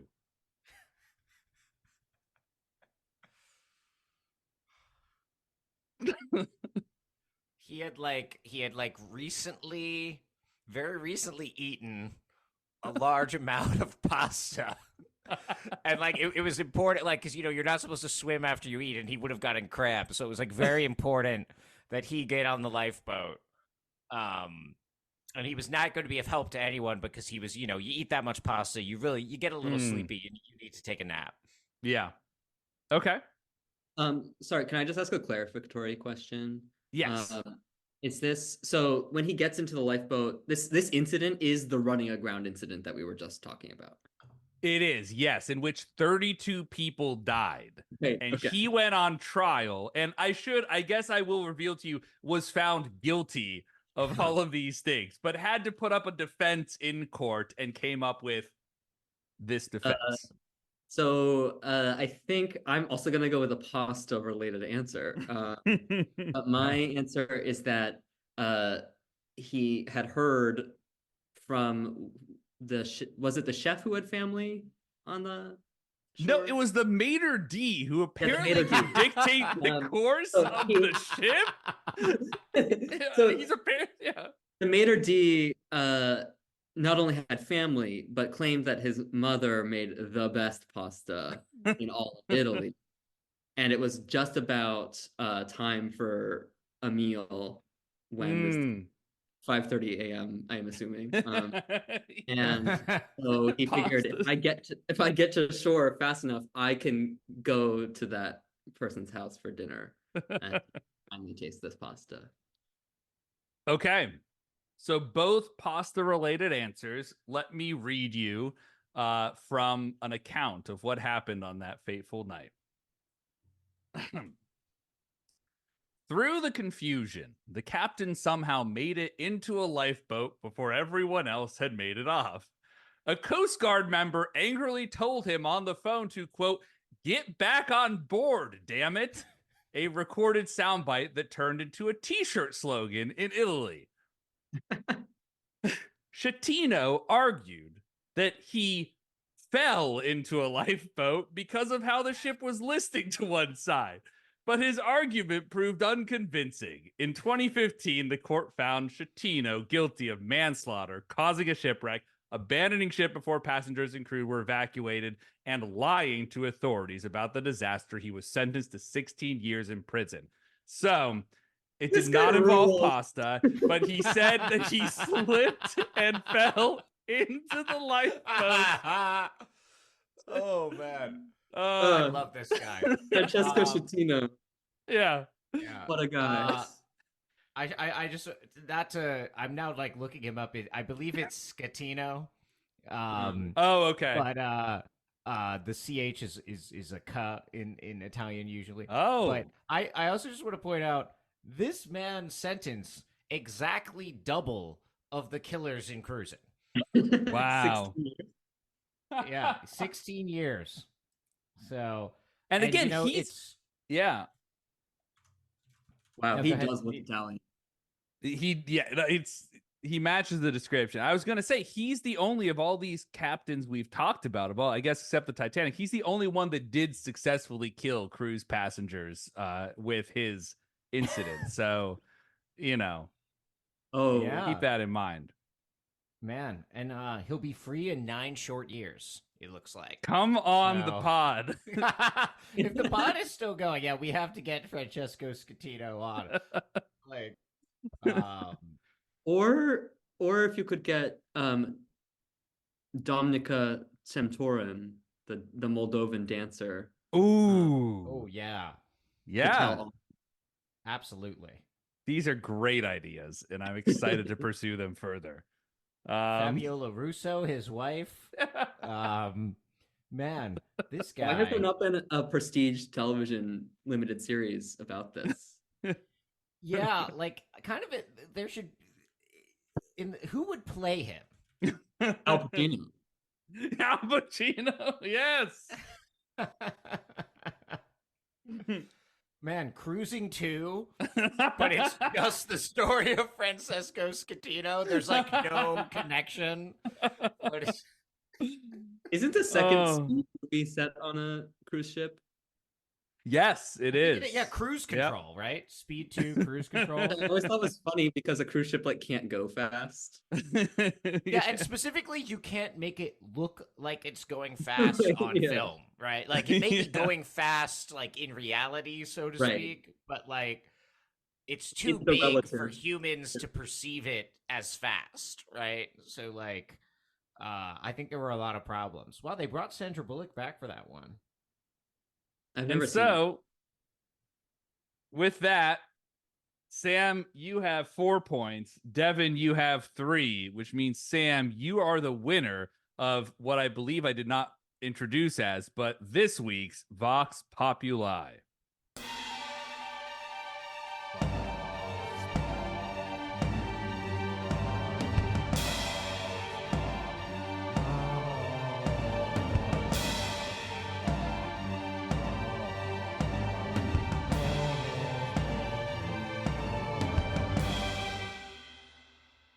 So, Sam, Ethan, we've been talking, prior to the game, about a number of things with this film. The sort of the doppelganger effect that is produced by the reuse of actors as killers and villains, and sort of the general Al Pacino-ness of so many of the bodies that we see in this film, right? We've been talking about the two valences of cruising that we see. We, precinct night at the one club, kind of again blurring the boundaries between police officer and leather daddy, the kind of like two kind of like trope types, what have you, that we see so much of in this film. What do we think the film, I guess, is because we obviously know that the film is blurring these boundaries in different ways. And I guess what I'm trying to get us to think about is like, what do we think is like the ultimate sort of like effect, or the ultimate like statement the film is making about the nature of that interpenetration? Well, I'll be curious what Sam has to say, because I know, Sam, you've thought a lot more about this film than I have, but I think there's like the three ways you could look at it. Like, the broke way of looking at this film is that it's about like a serial killer that's killing gay men in New York. The woke way to think about it is that both the police and this serial killer are terrorizing the gay community. And the bespoke way to think about it is that the serial killer and the police are essentially one entity in and of itself. And so that's where I see, like, I was reading through all the reviews from back in the 80s when it came out, and it seems like folks were not really thinking about that side of things. But to me, the more that I think about cruising, the more I see those different pieces collapsing in upon themselves, and seeing it as all kind Mm-hmm. of one big system that is Yeah. terrorizing this community in New York. Right. Yeah, it almost feels like it's like we're getting these gestures towards totality in sort of like a Jamesonian sense. Like he writes a lot about how like conspiracy thrillers do that with conspiracy, right? And there's obviously a lot of paranoia in this film as well, right? But it kind of feels like that's something that the film is kind of pushing us towards, is this kind of systemic view of how all of these subjectivities are kind of produced by one system or something. Yeah. Hmm. Yeah.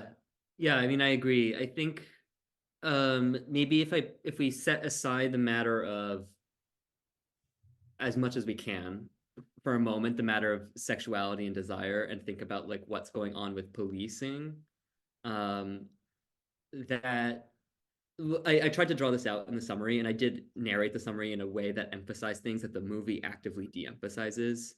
And I did that on purpose, precisely so that we could talk about this. Namely, that part of what the movie is showing is how is the first of all the kinds of pressures that police are under to construct narratives of crime, and this is relevant to, Mm-hmm. some things that happen in political discourse now, to construct narratives of crime, and then also to resolve those narratives of crime in a tidy way. So one thing that really stands out to me the more I watch the movie is that it really doesn't seem like anybody in the film's priority to solve the crime because they're interested in protecting anybody. that this is really about a narrative of crime, which is narrated by the cops in the patrol car in the beginning. And then where it comes through is the fact that there is just no reason to connect these two sets of bodies.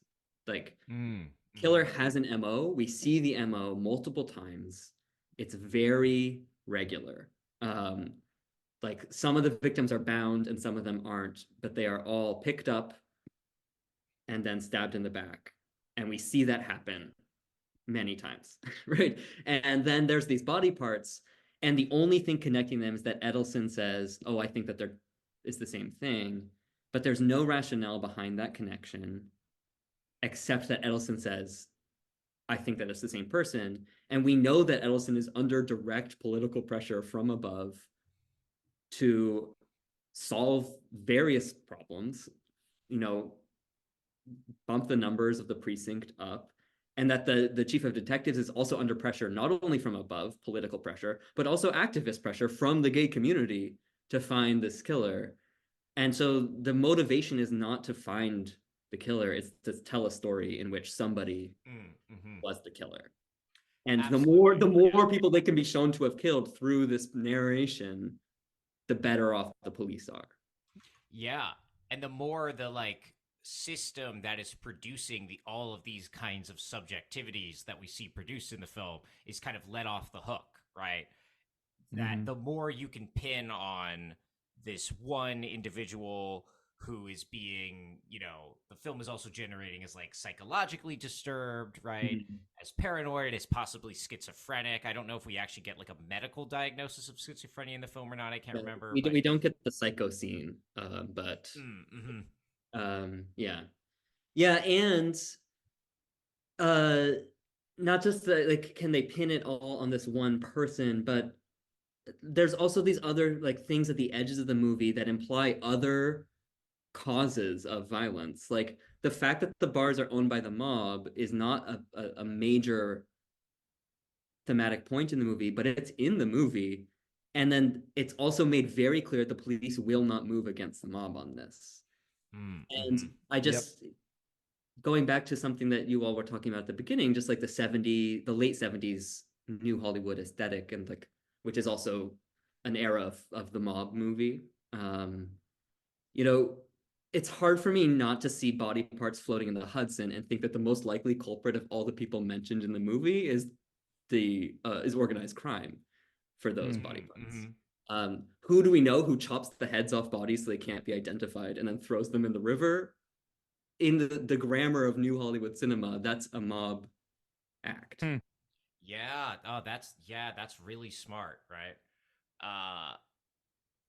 And it's also such a part of the New Hollywood mob movie, right? To think about the like the conflation of the mobster and the cop that happens in those movies, right?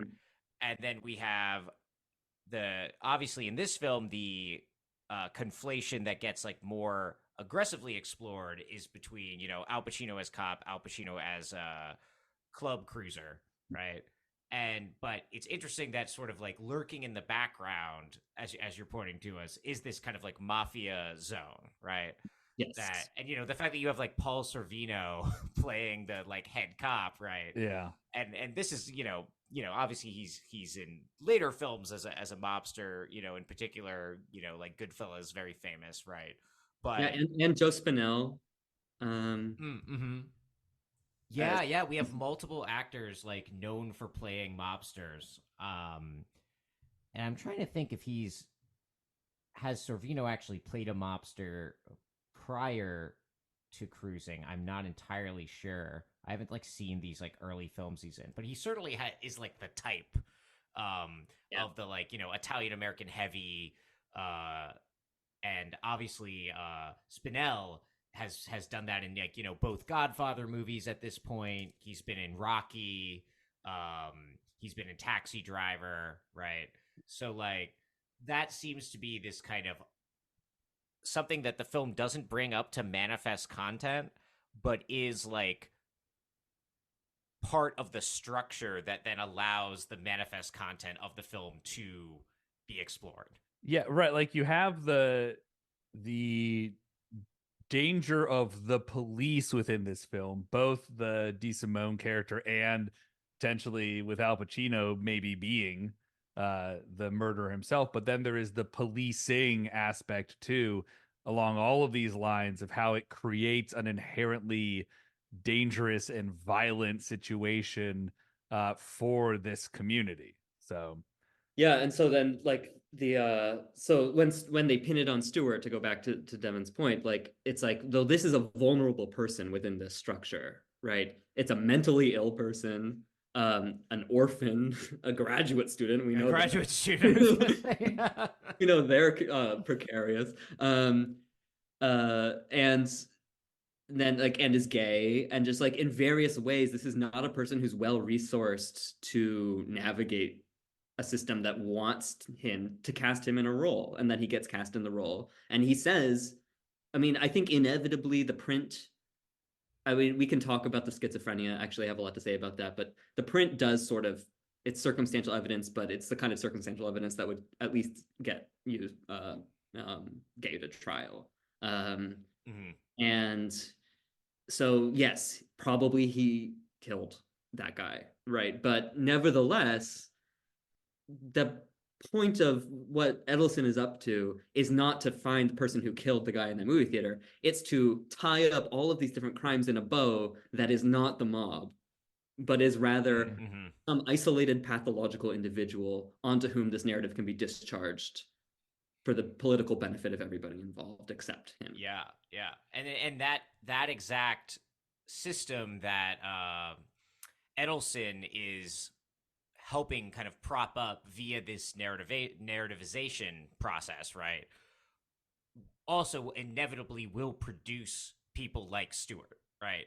Via the Right. kinds of alienation. So it's like the system, like, kind of like produces the solution to its own problems, as it were. Yes. And in the like, as Ethan pointed out, like it also produces people in positions to be predators, right? Mm-hmm. Who upon whom that will never be pinned. And we get that very Yeah. explicitly in that final conversation between Edelson and Steve, where he's like, don't worry about it. You're going to be subpoenaed and you're going to be fine. There's nothing you can do that would get you in trouble because you are a cop. And that we see DeSimone leveraging that position in order to do horrible things.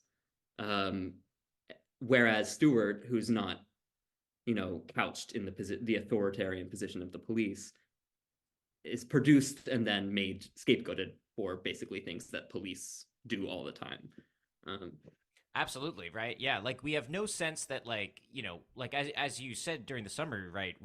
It's very clear to us that, like, DeSimone is raping people all the time, right? This is just sort at of like, least those two at people least, he's done multiple times. Yeah. absolutely, right? And there is no pressure on Edelson to do anything about that, right? That is a form of violence that it like exists out, even though it's perpetuated by the police. It exists outside the discursive world in which the police are operating, or maybe that's not the right word. It's just like, those crimes are never entering into the record as things that need to be solved. Right. They're kind of in this closed loop, you know. Um, when the one character, the one victim, right, tries to say to Edelson, like, this is happening, right? It's not even that he won't solve it. He won't even, like, enter it as, like, an official complaint in the record. Like, it doesn't enter this sort of bureaucratic police machinery, which then makes it a problem for the police, at least in the sense of, if they're not going to solve it in a real sense, they have to come up with some kind of narrative for it. He does. That's true, but in that scene between Da Vinci and Edelson, Edelson says, "Okay, you want to go to internal affairs right now? You want Oh, to okay, yeah. fire?" But that doesn't countermand what you're saying at all, because Da Vinci says, "Well, no, I don't want to go to internal affairs because we all know from new Hollywood police movies, what happens to people who go to internal Mhm. affairs? Yeah, Yeah. yeah. This is not, that's not a solution. Like this, insofar as the solution is internal to the bureaucracy of the police, it's only ever going to produce a narrative that favors the police. Yeah, yeah, yeah. And it's like, I think part of what like the film highlights here is just like the paradox of trying to use the techniques of policing, right? Which includes everything from like undercover work to fingerprinting to psychological profiling, right? And all these methods to, extrajudicial violence, like when like I don't know that uh Pacino has like probable cause when he just like breaks into the guy's dorm like through the Doesn't, air he doesn't. conditioning, right? Like, but he just does it anyway. Um, you know, the paradox of trying to use those techniques to solve problems that are caused by those very techniques, right? Use Mhm. of informants, another one, right? Like that we see like the entire informant system is also a way of enabling this sexual violence to occur again and again with people who are vulnerable and people who perhaps need the money that they're getting paid as an informant, etc. Right? Yeah, I mean, it also, I mean, the informant system proves to be a protections racket of Yes. sorts, which is also what the mob is doing with the leather bars, right? Mhm. Yeah. Yeah. Mhm. Well, I was just going to say at the end of the movie, when in the conversation about Steve getting subpoenaed, I did go to I took pains to point out that when he goes undercover, he also loses access to the form of documentation that can anchor his identity.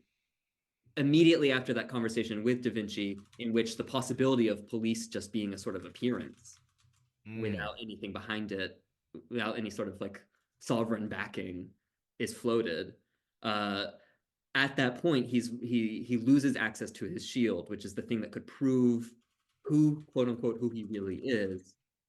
And then at the end of the movie, Edelson's like, "You're gonna be subpoenaed.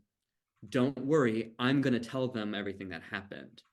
And you get your shield back, and he's promoted to detective. The movie documents this period where Pacino is like basically unprotected in order to do this all this work that you were just talking about, and then rewarded by being re-inscribed and re-legitimized in that bureaucratic system and promoted within it. But it requires Edelson to say, I'm going to go on the stand and tell them what your assignment was. Because if I don't tell them what your assignment was, it looks like you just picked a guy up in the park and then stabbed him, which is what happened. Mm-hmm. Yeah. um, Yeah. Yep. Yeah. and it requires this authority figure who has the badge, whose words automatically then become capable of producing the narrative of the crime and its resolution. Ah, that's great. Yeah. Yeah. Yeah. So much about like the distinction between there are the activities that Pacino's character is doing, right? Which are all Uh, illegal and often violent.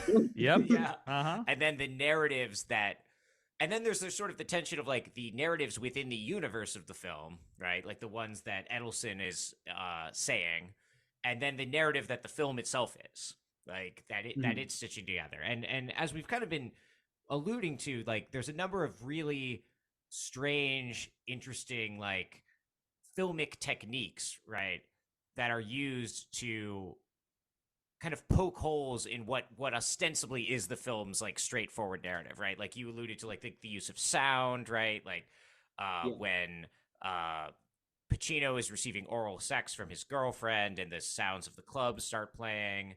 Um, this very uncanny use of like the ADR voiceover to voice the killer, who's then also played by like different people. Yeah. Uh, it produces this almost kind of like dreamlike effect to the film. Yeah. Sam, did you have any thoughts about like the use of ADR specifically? Yeah, I have tons. um, I mean, I'll get into some of them now, and then some of them are more about like are more historical. But in terms of the effect, like what you're getting at right now, I think I'd like to talk about Stewart's schizophrenia and how that's telegraphed to us, and then from there we can zoom out to talk about sound in the film, which I think is sonically such a fascinating movie. And uh, I for a long time I'm on the record saying I think this movie is perfect, which I don't actually think. I just say that again, as I've indicated, to sort of push back on a prevailing assessment of it. But for a long time, I really had a huge problem with the way that Stewart's psychological condition is conveyed, because I felt like it was from a different movie. Like Mm. we get that conversation with him and his father, and we find out later the father is dead, so it's a hallucination. And it's the second time Stewart's hallucinated. He had this like sort of auditory hallucination of him. I think we're supposed to think that it's him being beaten by his father when he's looking at the letters. Mm-hmm. It's not really clear, but we hear somebody being beaten and yelping.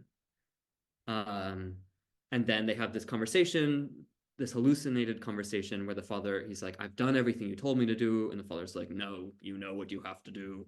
And what he has to do is kill. And that lines up with what we hear the killer say when he stabs his victims, which is, you made me do that. But that scene is so weird. And first of all, because it gives us access to Stewart's like psychological subjectivity in a way that no other character in the film, has that privilege extended except Steve. Mm-hmm. Um, and not Steve even that much. Like we don't have a ton of access except a couple of times briefly to Steve's like interiority in any kind of cinematically interesting way. And so it's like the grammar of the movie has shifted into just like a different genre. And the genre is like the slasher, the psycho slasher flick. Yeah. And so for a long time, I was really bothered by this, but I've ultimately come to think it's an ingenious gesture because precisely because of that. It doesn't work. It doesn't make generic sense in the context of the movie. In order to anchor the story about Stewart being the killer, the film has to like beam in this very contrived sort of psychopathic serial killer set of signifiers. Yeah, we're almost in like Dirty Harry or something. Yeah, like with I mean, Scorpio.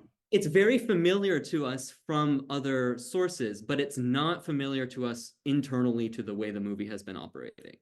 I really like that reading. Yeah, it's like the film itself has to like betray its own narrative logics to make room for the narrative that the police are crafting. Right? Yes. And it's like great.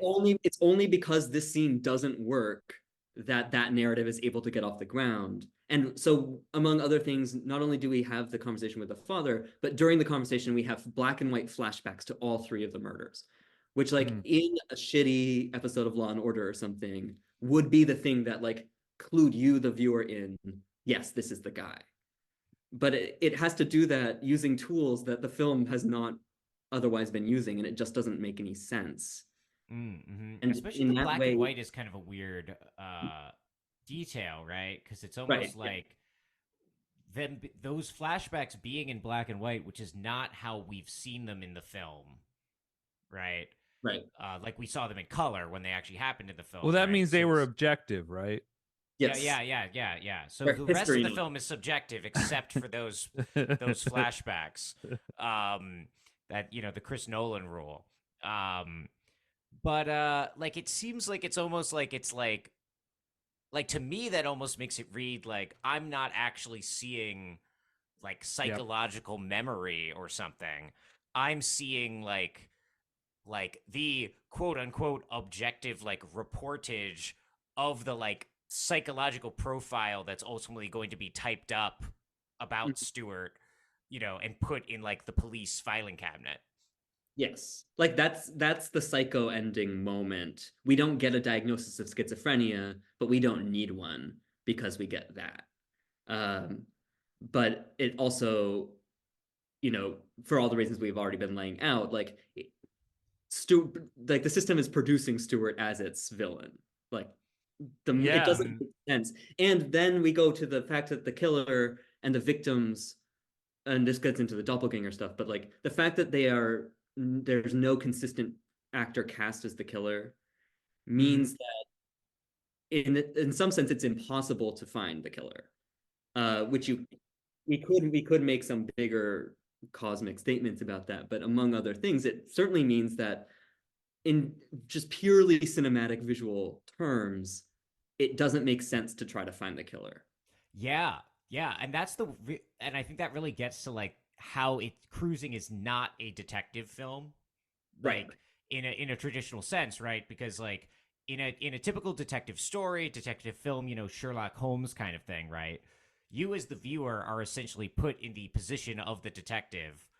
That which the detective perceives, you perceive, and you can solve the mystery, if you find the clues, right? Mhm. But Cruising is presenting you with like visual information that does not cohere to any kind of like realism or verisimilitude, right?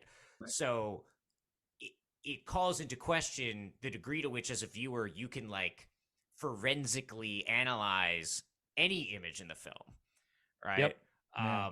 Because like this is a problem you see in those kind of films sometimes too. Is like if they are committed to the verisimilitude of we are going to have the actor who actually is the killer play the killer in the killer scenes, you Mhm. can often figure out who the killer is because it's like, oh, it's the guy who's that tall, like, or whatever, or like his voice sounds so, like, even if they tweak it a little, they might use the actual voice. Like this film doesn't give you that. Yeah. Yeah, but the other piece of that though is that when you watch them, if you watch the film again and you try to figure out who's playing the killer when, the thing is that you can, when you know who the options are, it's Mm-hmm. possible to tell because there are physical signatures that people have. So at the very end of the film, we have just a one shot scene of somebody fits the profile walking from behind, a rear shot of that person walking into the club. That is unmistakably Al Pacino. And you can tell because of the gait and the height of the person.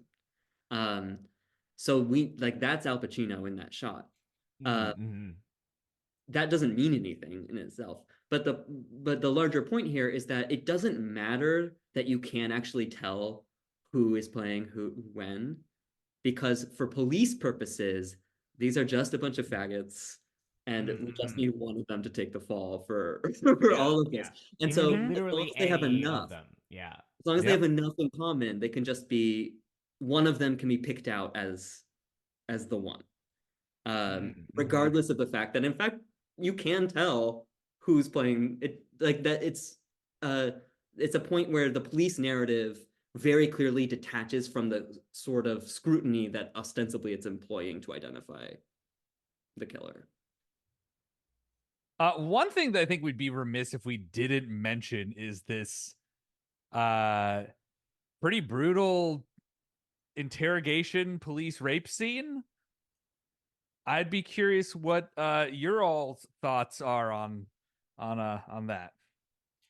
Yeah, and there's specifically a moment in the interrogation scene where it's like a very strange and surreal moment, especially in this film that, as we've talked about, is almost entirely white characters, right? Yeah. Where Sam, you probably remember in more detail than I do, but essentially they like just kind of they've been roughing the guy up in various ways. But then there's this moment where they just kind of like open this door and there's this very tall, very muscular black man wearing who I don't think ever speaks, Never. wearing only a cowboy hat and a jock strap, who kind of just like walks in and like very like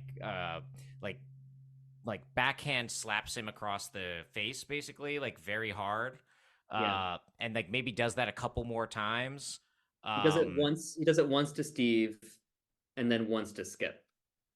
yeah, and then we see later, like when Steve is sort of like not pretending to be his undercover identity anymore and is in the back, he says something about like, oh, you hit me really hard there. And I think does Steve toss the cowboy hat out the window? Yeah. uh and like after this moment too, the it's Skip, the name is the character they're beating up, right? Yeah. uh Yep. like exacerbatingly shouts like, what the fuck was that, No, he says Yeah. at one point, he which says, is also who what is I'm that thinking at guy? that moment. Yeah. Who is that Like, guy? It's like, yeah, so who is that? you know thinking about this interrogation scene, but also more specifically, like what the film's doing with race, what the film thinks it's doing with this like phantasmatic image of this muscular black cowboy. I don't know. Yeah. Any ideas? I will just say that again, when that door opened, it was another because like, there's all these little moments where you're like, hold up, is that guy who just got killed also the murderer from the previous? Like all these little bits where you're like, what is going on with this film? It's in color, so I know it's subjective, but it's really like some interesting stuff. And then like when that door opened, I'm like, am I seeing this? Is this happening? Like what is what is about to go down here? So yeah, it was very jarring in that reveal.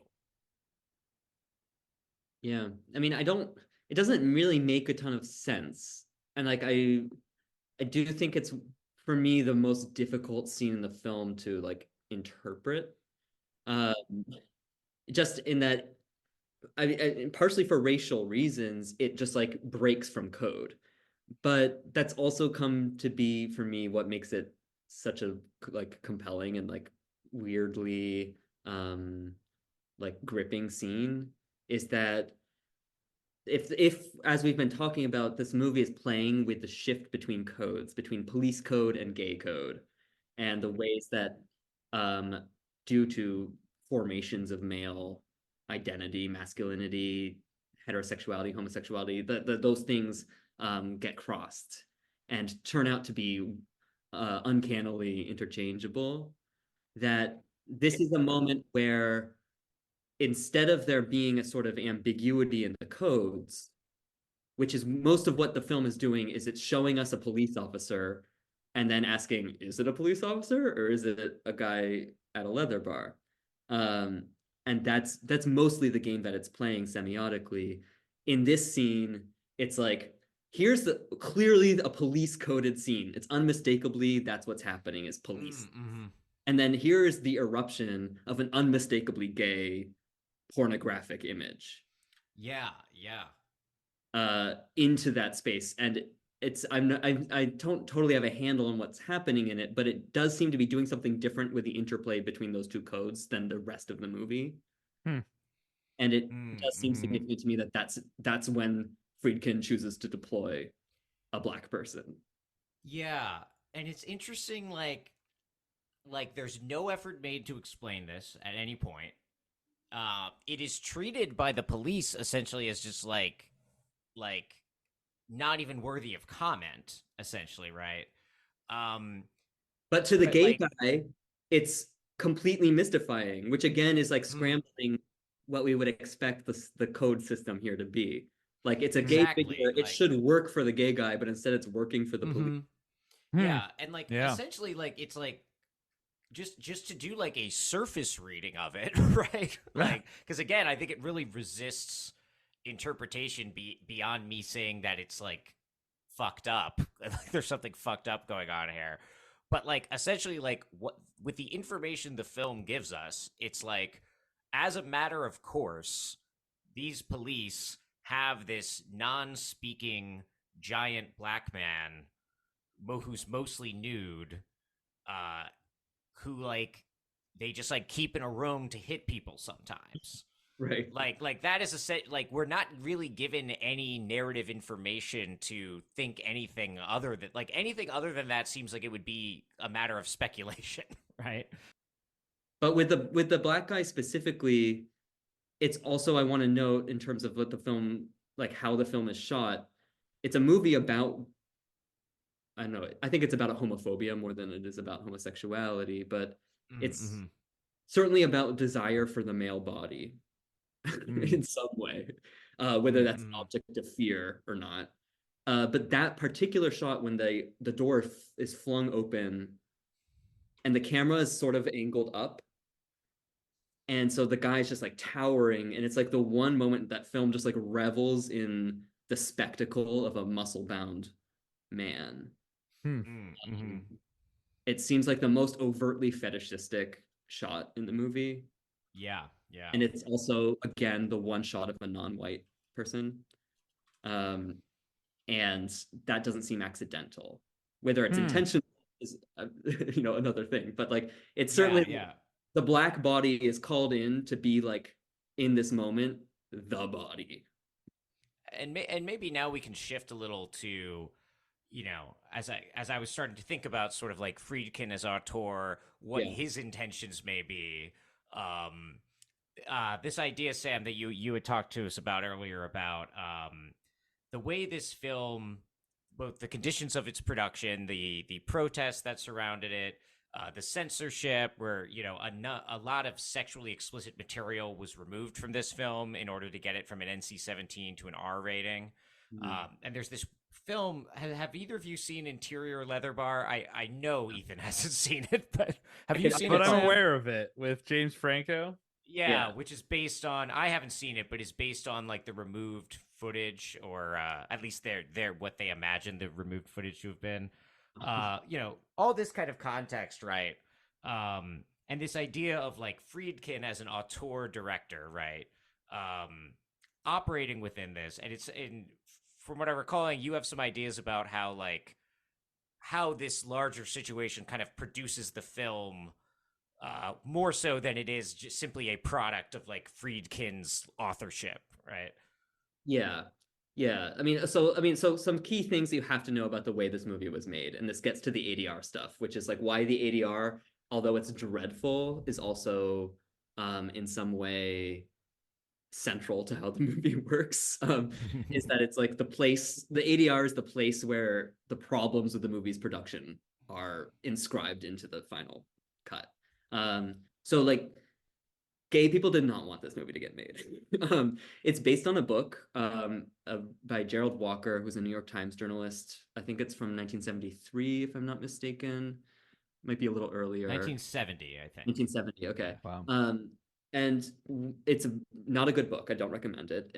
The book is essentially doing what the worst reading of the film thinks the film is doing. Mm-hmm. Friedkin makes some really key choices that are important. First of all, the leather stuff is Friedkin's introduction. That's not in the novel. The novel Oh, is wow. about cruising, about like gay cruising, but it's just like promiscuous gay guys being murdered, and a cop going undercover. So the stuff about uniforms and the way that the uniform enables interchangeability or ambiguity, that's not in the novel. Anyway, the novel is pretty much like a trashy homophobic novel, in my opinion, regardless of its intention. And there's protest against the movie getting made. When you think about the way that gay people have been represented in Hollywood in the 70s, like you can understand why this is not like the most appealing portrayal to that community. Mm-hmm. And so there's active protest against it. When they're unable to stop it from moving forward, the gay activists who are opposed to its production, interrupt the production. Some of the ways they interrupt the production are important for the final cut. One of them is that they use mirrors to shine light into daytime scenes so that the scenes couldn't be filmed. So they use the mirror, which is a symbol that circulates throughout the film, as a weapon against its making. The other important thing that they do, and this is the ADR stuff, is they make so much noise around the set of this movie in New York that basically the entire audio track is unusable. The scenes in the clubs, there's ADR for a different reason, but anything outside of a club is basically there were people banging pots and pans all over the place, so that almost all the dialogue had to be ADR'd. This matters insofar as it creates the conditions for the killer's voice to become this kind of floating signifier that can attach to different bodies, which would not have Yeah. if people had not been disrupting the film. But the stuff in the club is really where the audio interference pays off, because something that you wouldn't know unless you are like interested in this subculture is like even in a leather bar, people are donning the paraphernalia of like Tom of Finland motorcycle bikers and cops and cowboys and things. but the music that plays in those spaces is like what would play in any gay club. So the music you would hear in 1979 at the Manhole or the Mine Shaft or any of these places would be like disco. It would not be what's played in the clubs in the film, which is like hardcore punk, some country music, and that's kind of it. Huh. Mm-hmm. And that's like the first tip off before anything else happens, that what's happening here is like the fantasy of what's going on in these clubs from the straight mind Yes. Yeah. and not really what happens in the clubs. Even though it has this documentary value because these are real leather bar guys.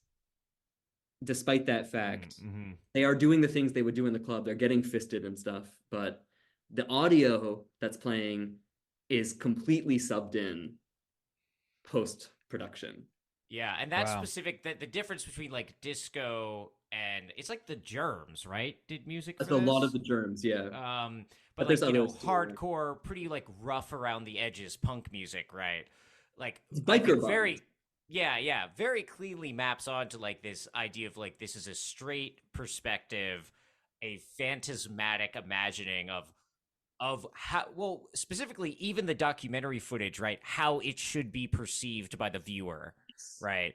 Like if there's disco music playing, right, gives it a much different, maybe more joyous feel, right? Yeah. It's like, Friedkin is having once even the documentary footage to be like, oh, this is happening, and like this is grimy, this is untoward, this is there's a darkness lurking underneath it, right? Which based on our conversation, I think maybe actually Friedkin thinks it's a darkness of these leather bars, but it really has more to do with the darkness of like policing and Yeah. crime prevention than anything else. Well, I mean, so this is a point where like his intentions are both. There are some intentions that are producing the work, and then there are some that are working counter to it. So the ones that are producing Mm-hmm. the work are that, and the fact that he uses that scuzzy rock music enables the contrast with the like doop doop doop classical music that plays anytime Karen Allen is on screen. Yeah. It's like her cue is like the most boring classical music you can ever imagine.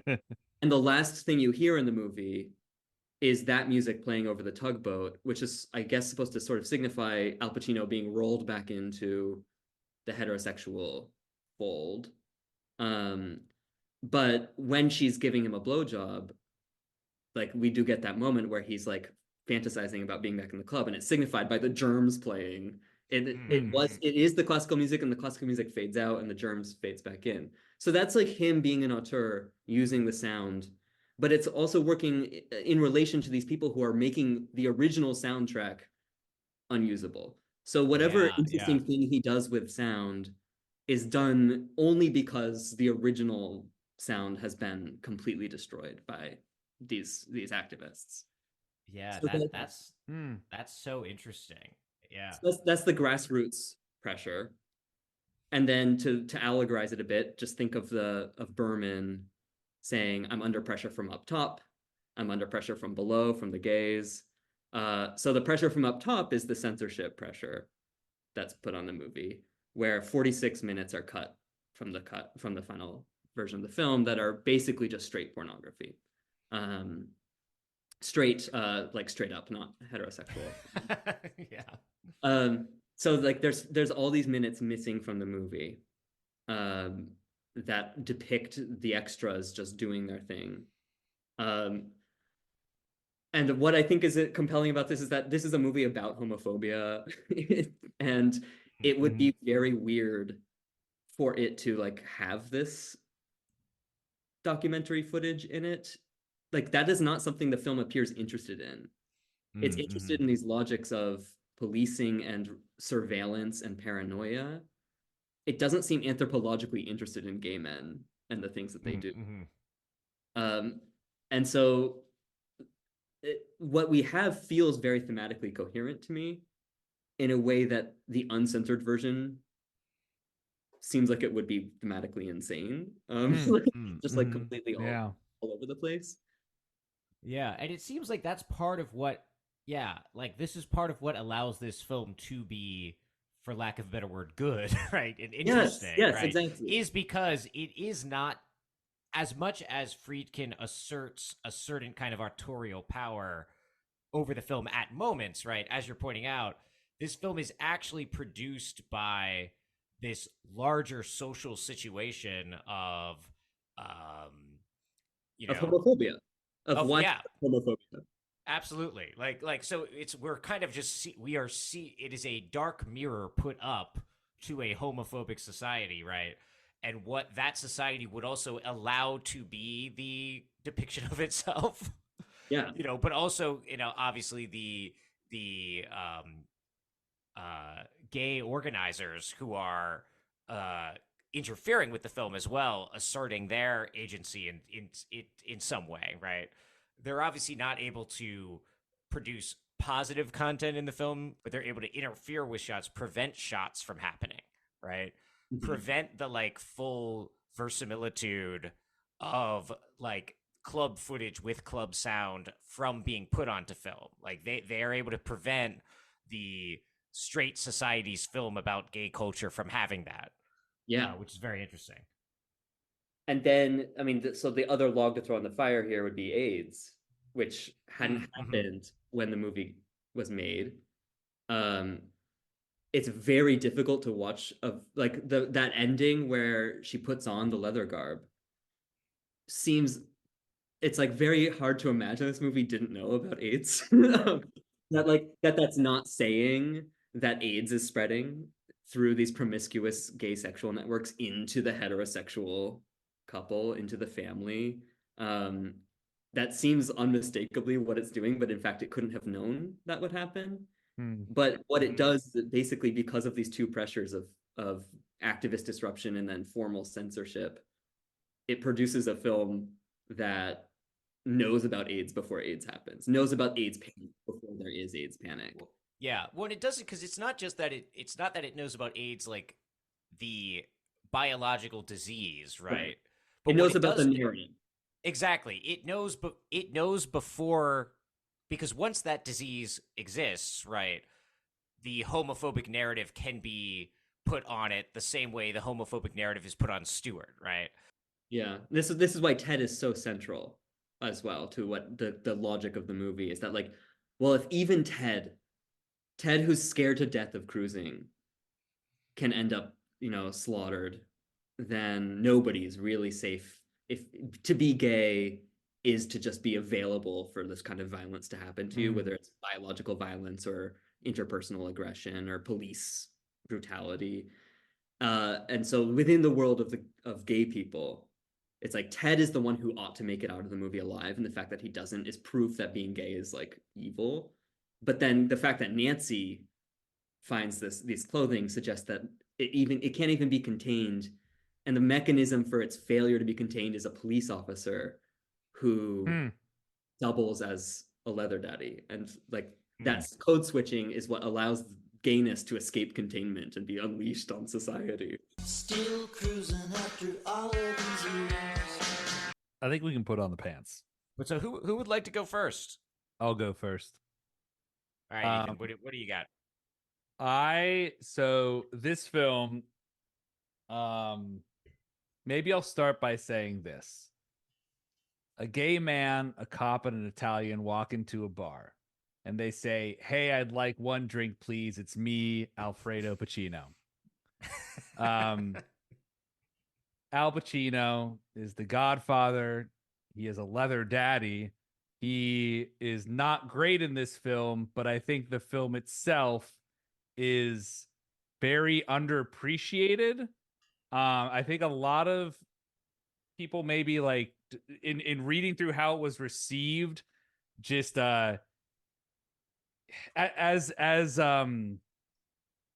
like problematic in many ways as the film is. It's like people weren't ready to like talk about it in the way that we're talking about it now. So it had like a very strange reception. I think some folks got very different ideas of it coming out of there. So I'm going to give this film, I'm going to rate it in terms of Joe Pantoliano from The Matrix, another film that I think sort of almost an opposite. People really like, but probably for the wrong reasons in many ways. Like Yeah. a lot of leather. And a lot of leather involved in both films. Probably in more of a connection than than not. I'm gonna give it 1,312 Joe Pantolianos from The Matrix for cruising. So that is my take. Devin, what about you? I was also gonna rate this film in terms of you know, Joe Pantoliano as Cypher. Not only because it's one of the greatest movies about like uh having a multifarious identity of some kind, obviously the leather connection, but also I just want to highlight the steak connection. Um, Ah. because of course, this is a film with a scene in a steakhouse, which we didn't talk that much about, but when the cops go to, it's actually one of my favorite scenes in Cruising is when the cops, not Pacino, but like these other cops they are going to the steakhouse like for a meal to check out what the knives are like, And and sorry, there is are all these one of them is played by Edward O'Neill, which like kept taking me out of it. who's that? Sorry. Edward from Married with Children. Oh, you're right. Yeah, it's a Yeah, yeah. young Edward O'Neill. I'm just like, hold Ugh. up. Yeah. Oh. Yeah. But like there are all these like as they have this very awkward and stilted like conversation with the waiter while there are like all these shots intercut of like these disgusting people like cutting into their fucking like their big hunks of meat. Another moment of like, oh, like the straight world is as savage as we're depicting the gay world to be, right? But of course, like can't not think of one of the great cinematic depictions of steak in The Matrix when Cypher is talking to Agent Smith about how he's going to betray everybody. The best steak has ever looked on film. So, I gotta be honest, I really like this movie. Not gonna be too cute about it. I'm giving it 4.5 ciphers from The Matrix out of Wow. 5. So like 4 fully intact ones, and then like let's say at the very end when he gets like blasted by tank, let's throw that one in as well. Call that a half cipher. So four and a half ciphers for me. What about you, Sam? Well, something we didn't talk about that I don't think is that interesting really is that like there is a real serial killer that like was the Friedkin's inspiration. I'll do this real quick, I promise. There's a thing called the bag murders where body parts were showing up in the Hudson in garbage bags. And then there were also some leather guys who were killed. And so there was a real connection drawn between the body parts and the guys, and they were pinned on one person. So there's a little bit of like a real life inspiration for the movie, and Friedkin cast that killer before he was a killer in The Exorcist. It's weird. But I bring this up because there were really body parts floating in the Hudson, but they were in bags. And one change the movie makes is that they're just free floating in the Hudson. But I'm given to remember a time when somebody was dismembered and put in a bag, which would be Ralphie Cifaretto from The Sopranos. Oh, yes. Who Tony strangles and then forces Christopher to dismember in a bathtub, and then they take his head and I think his hands and put them in one place in a bowling bag, and then the rest of his body in another bag is thrown into a river. So that there's some obvious parallels between the real life killer Cruising and what happens to Ralphie Cifaretto in Sopranos. And then also, well, yeah. So also the Sopranos is a show about the mob, but also about how the mob presents itself in society as part of law and order, part of the orderly operation of things, which is also what Cruising is about like the way that the police and the leather bars are interchangeable for each other, but also about how like the law and order society of the good heterosexual world has this dark double. And so for that reason, I think The Sopranos and Cruising are companion texts.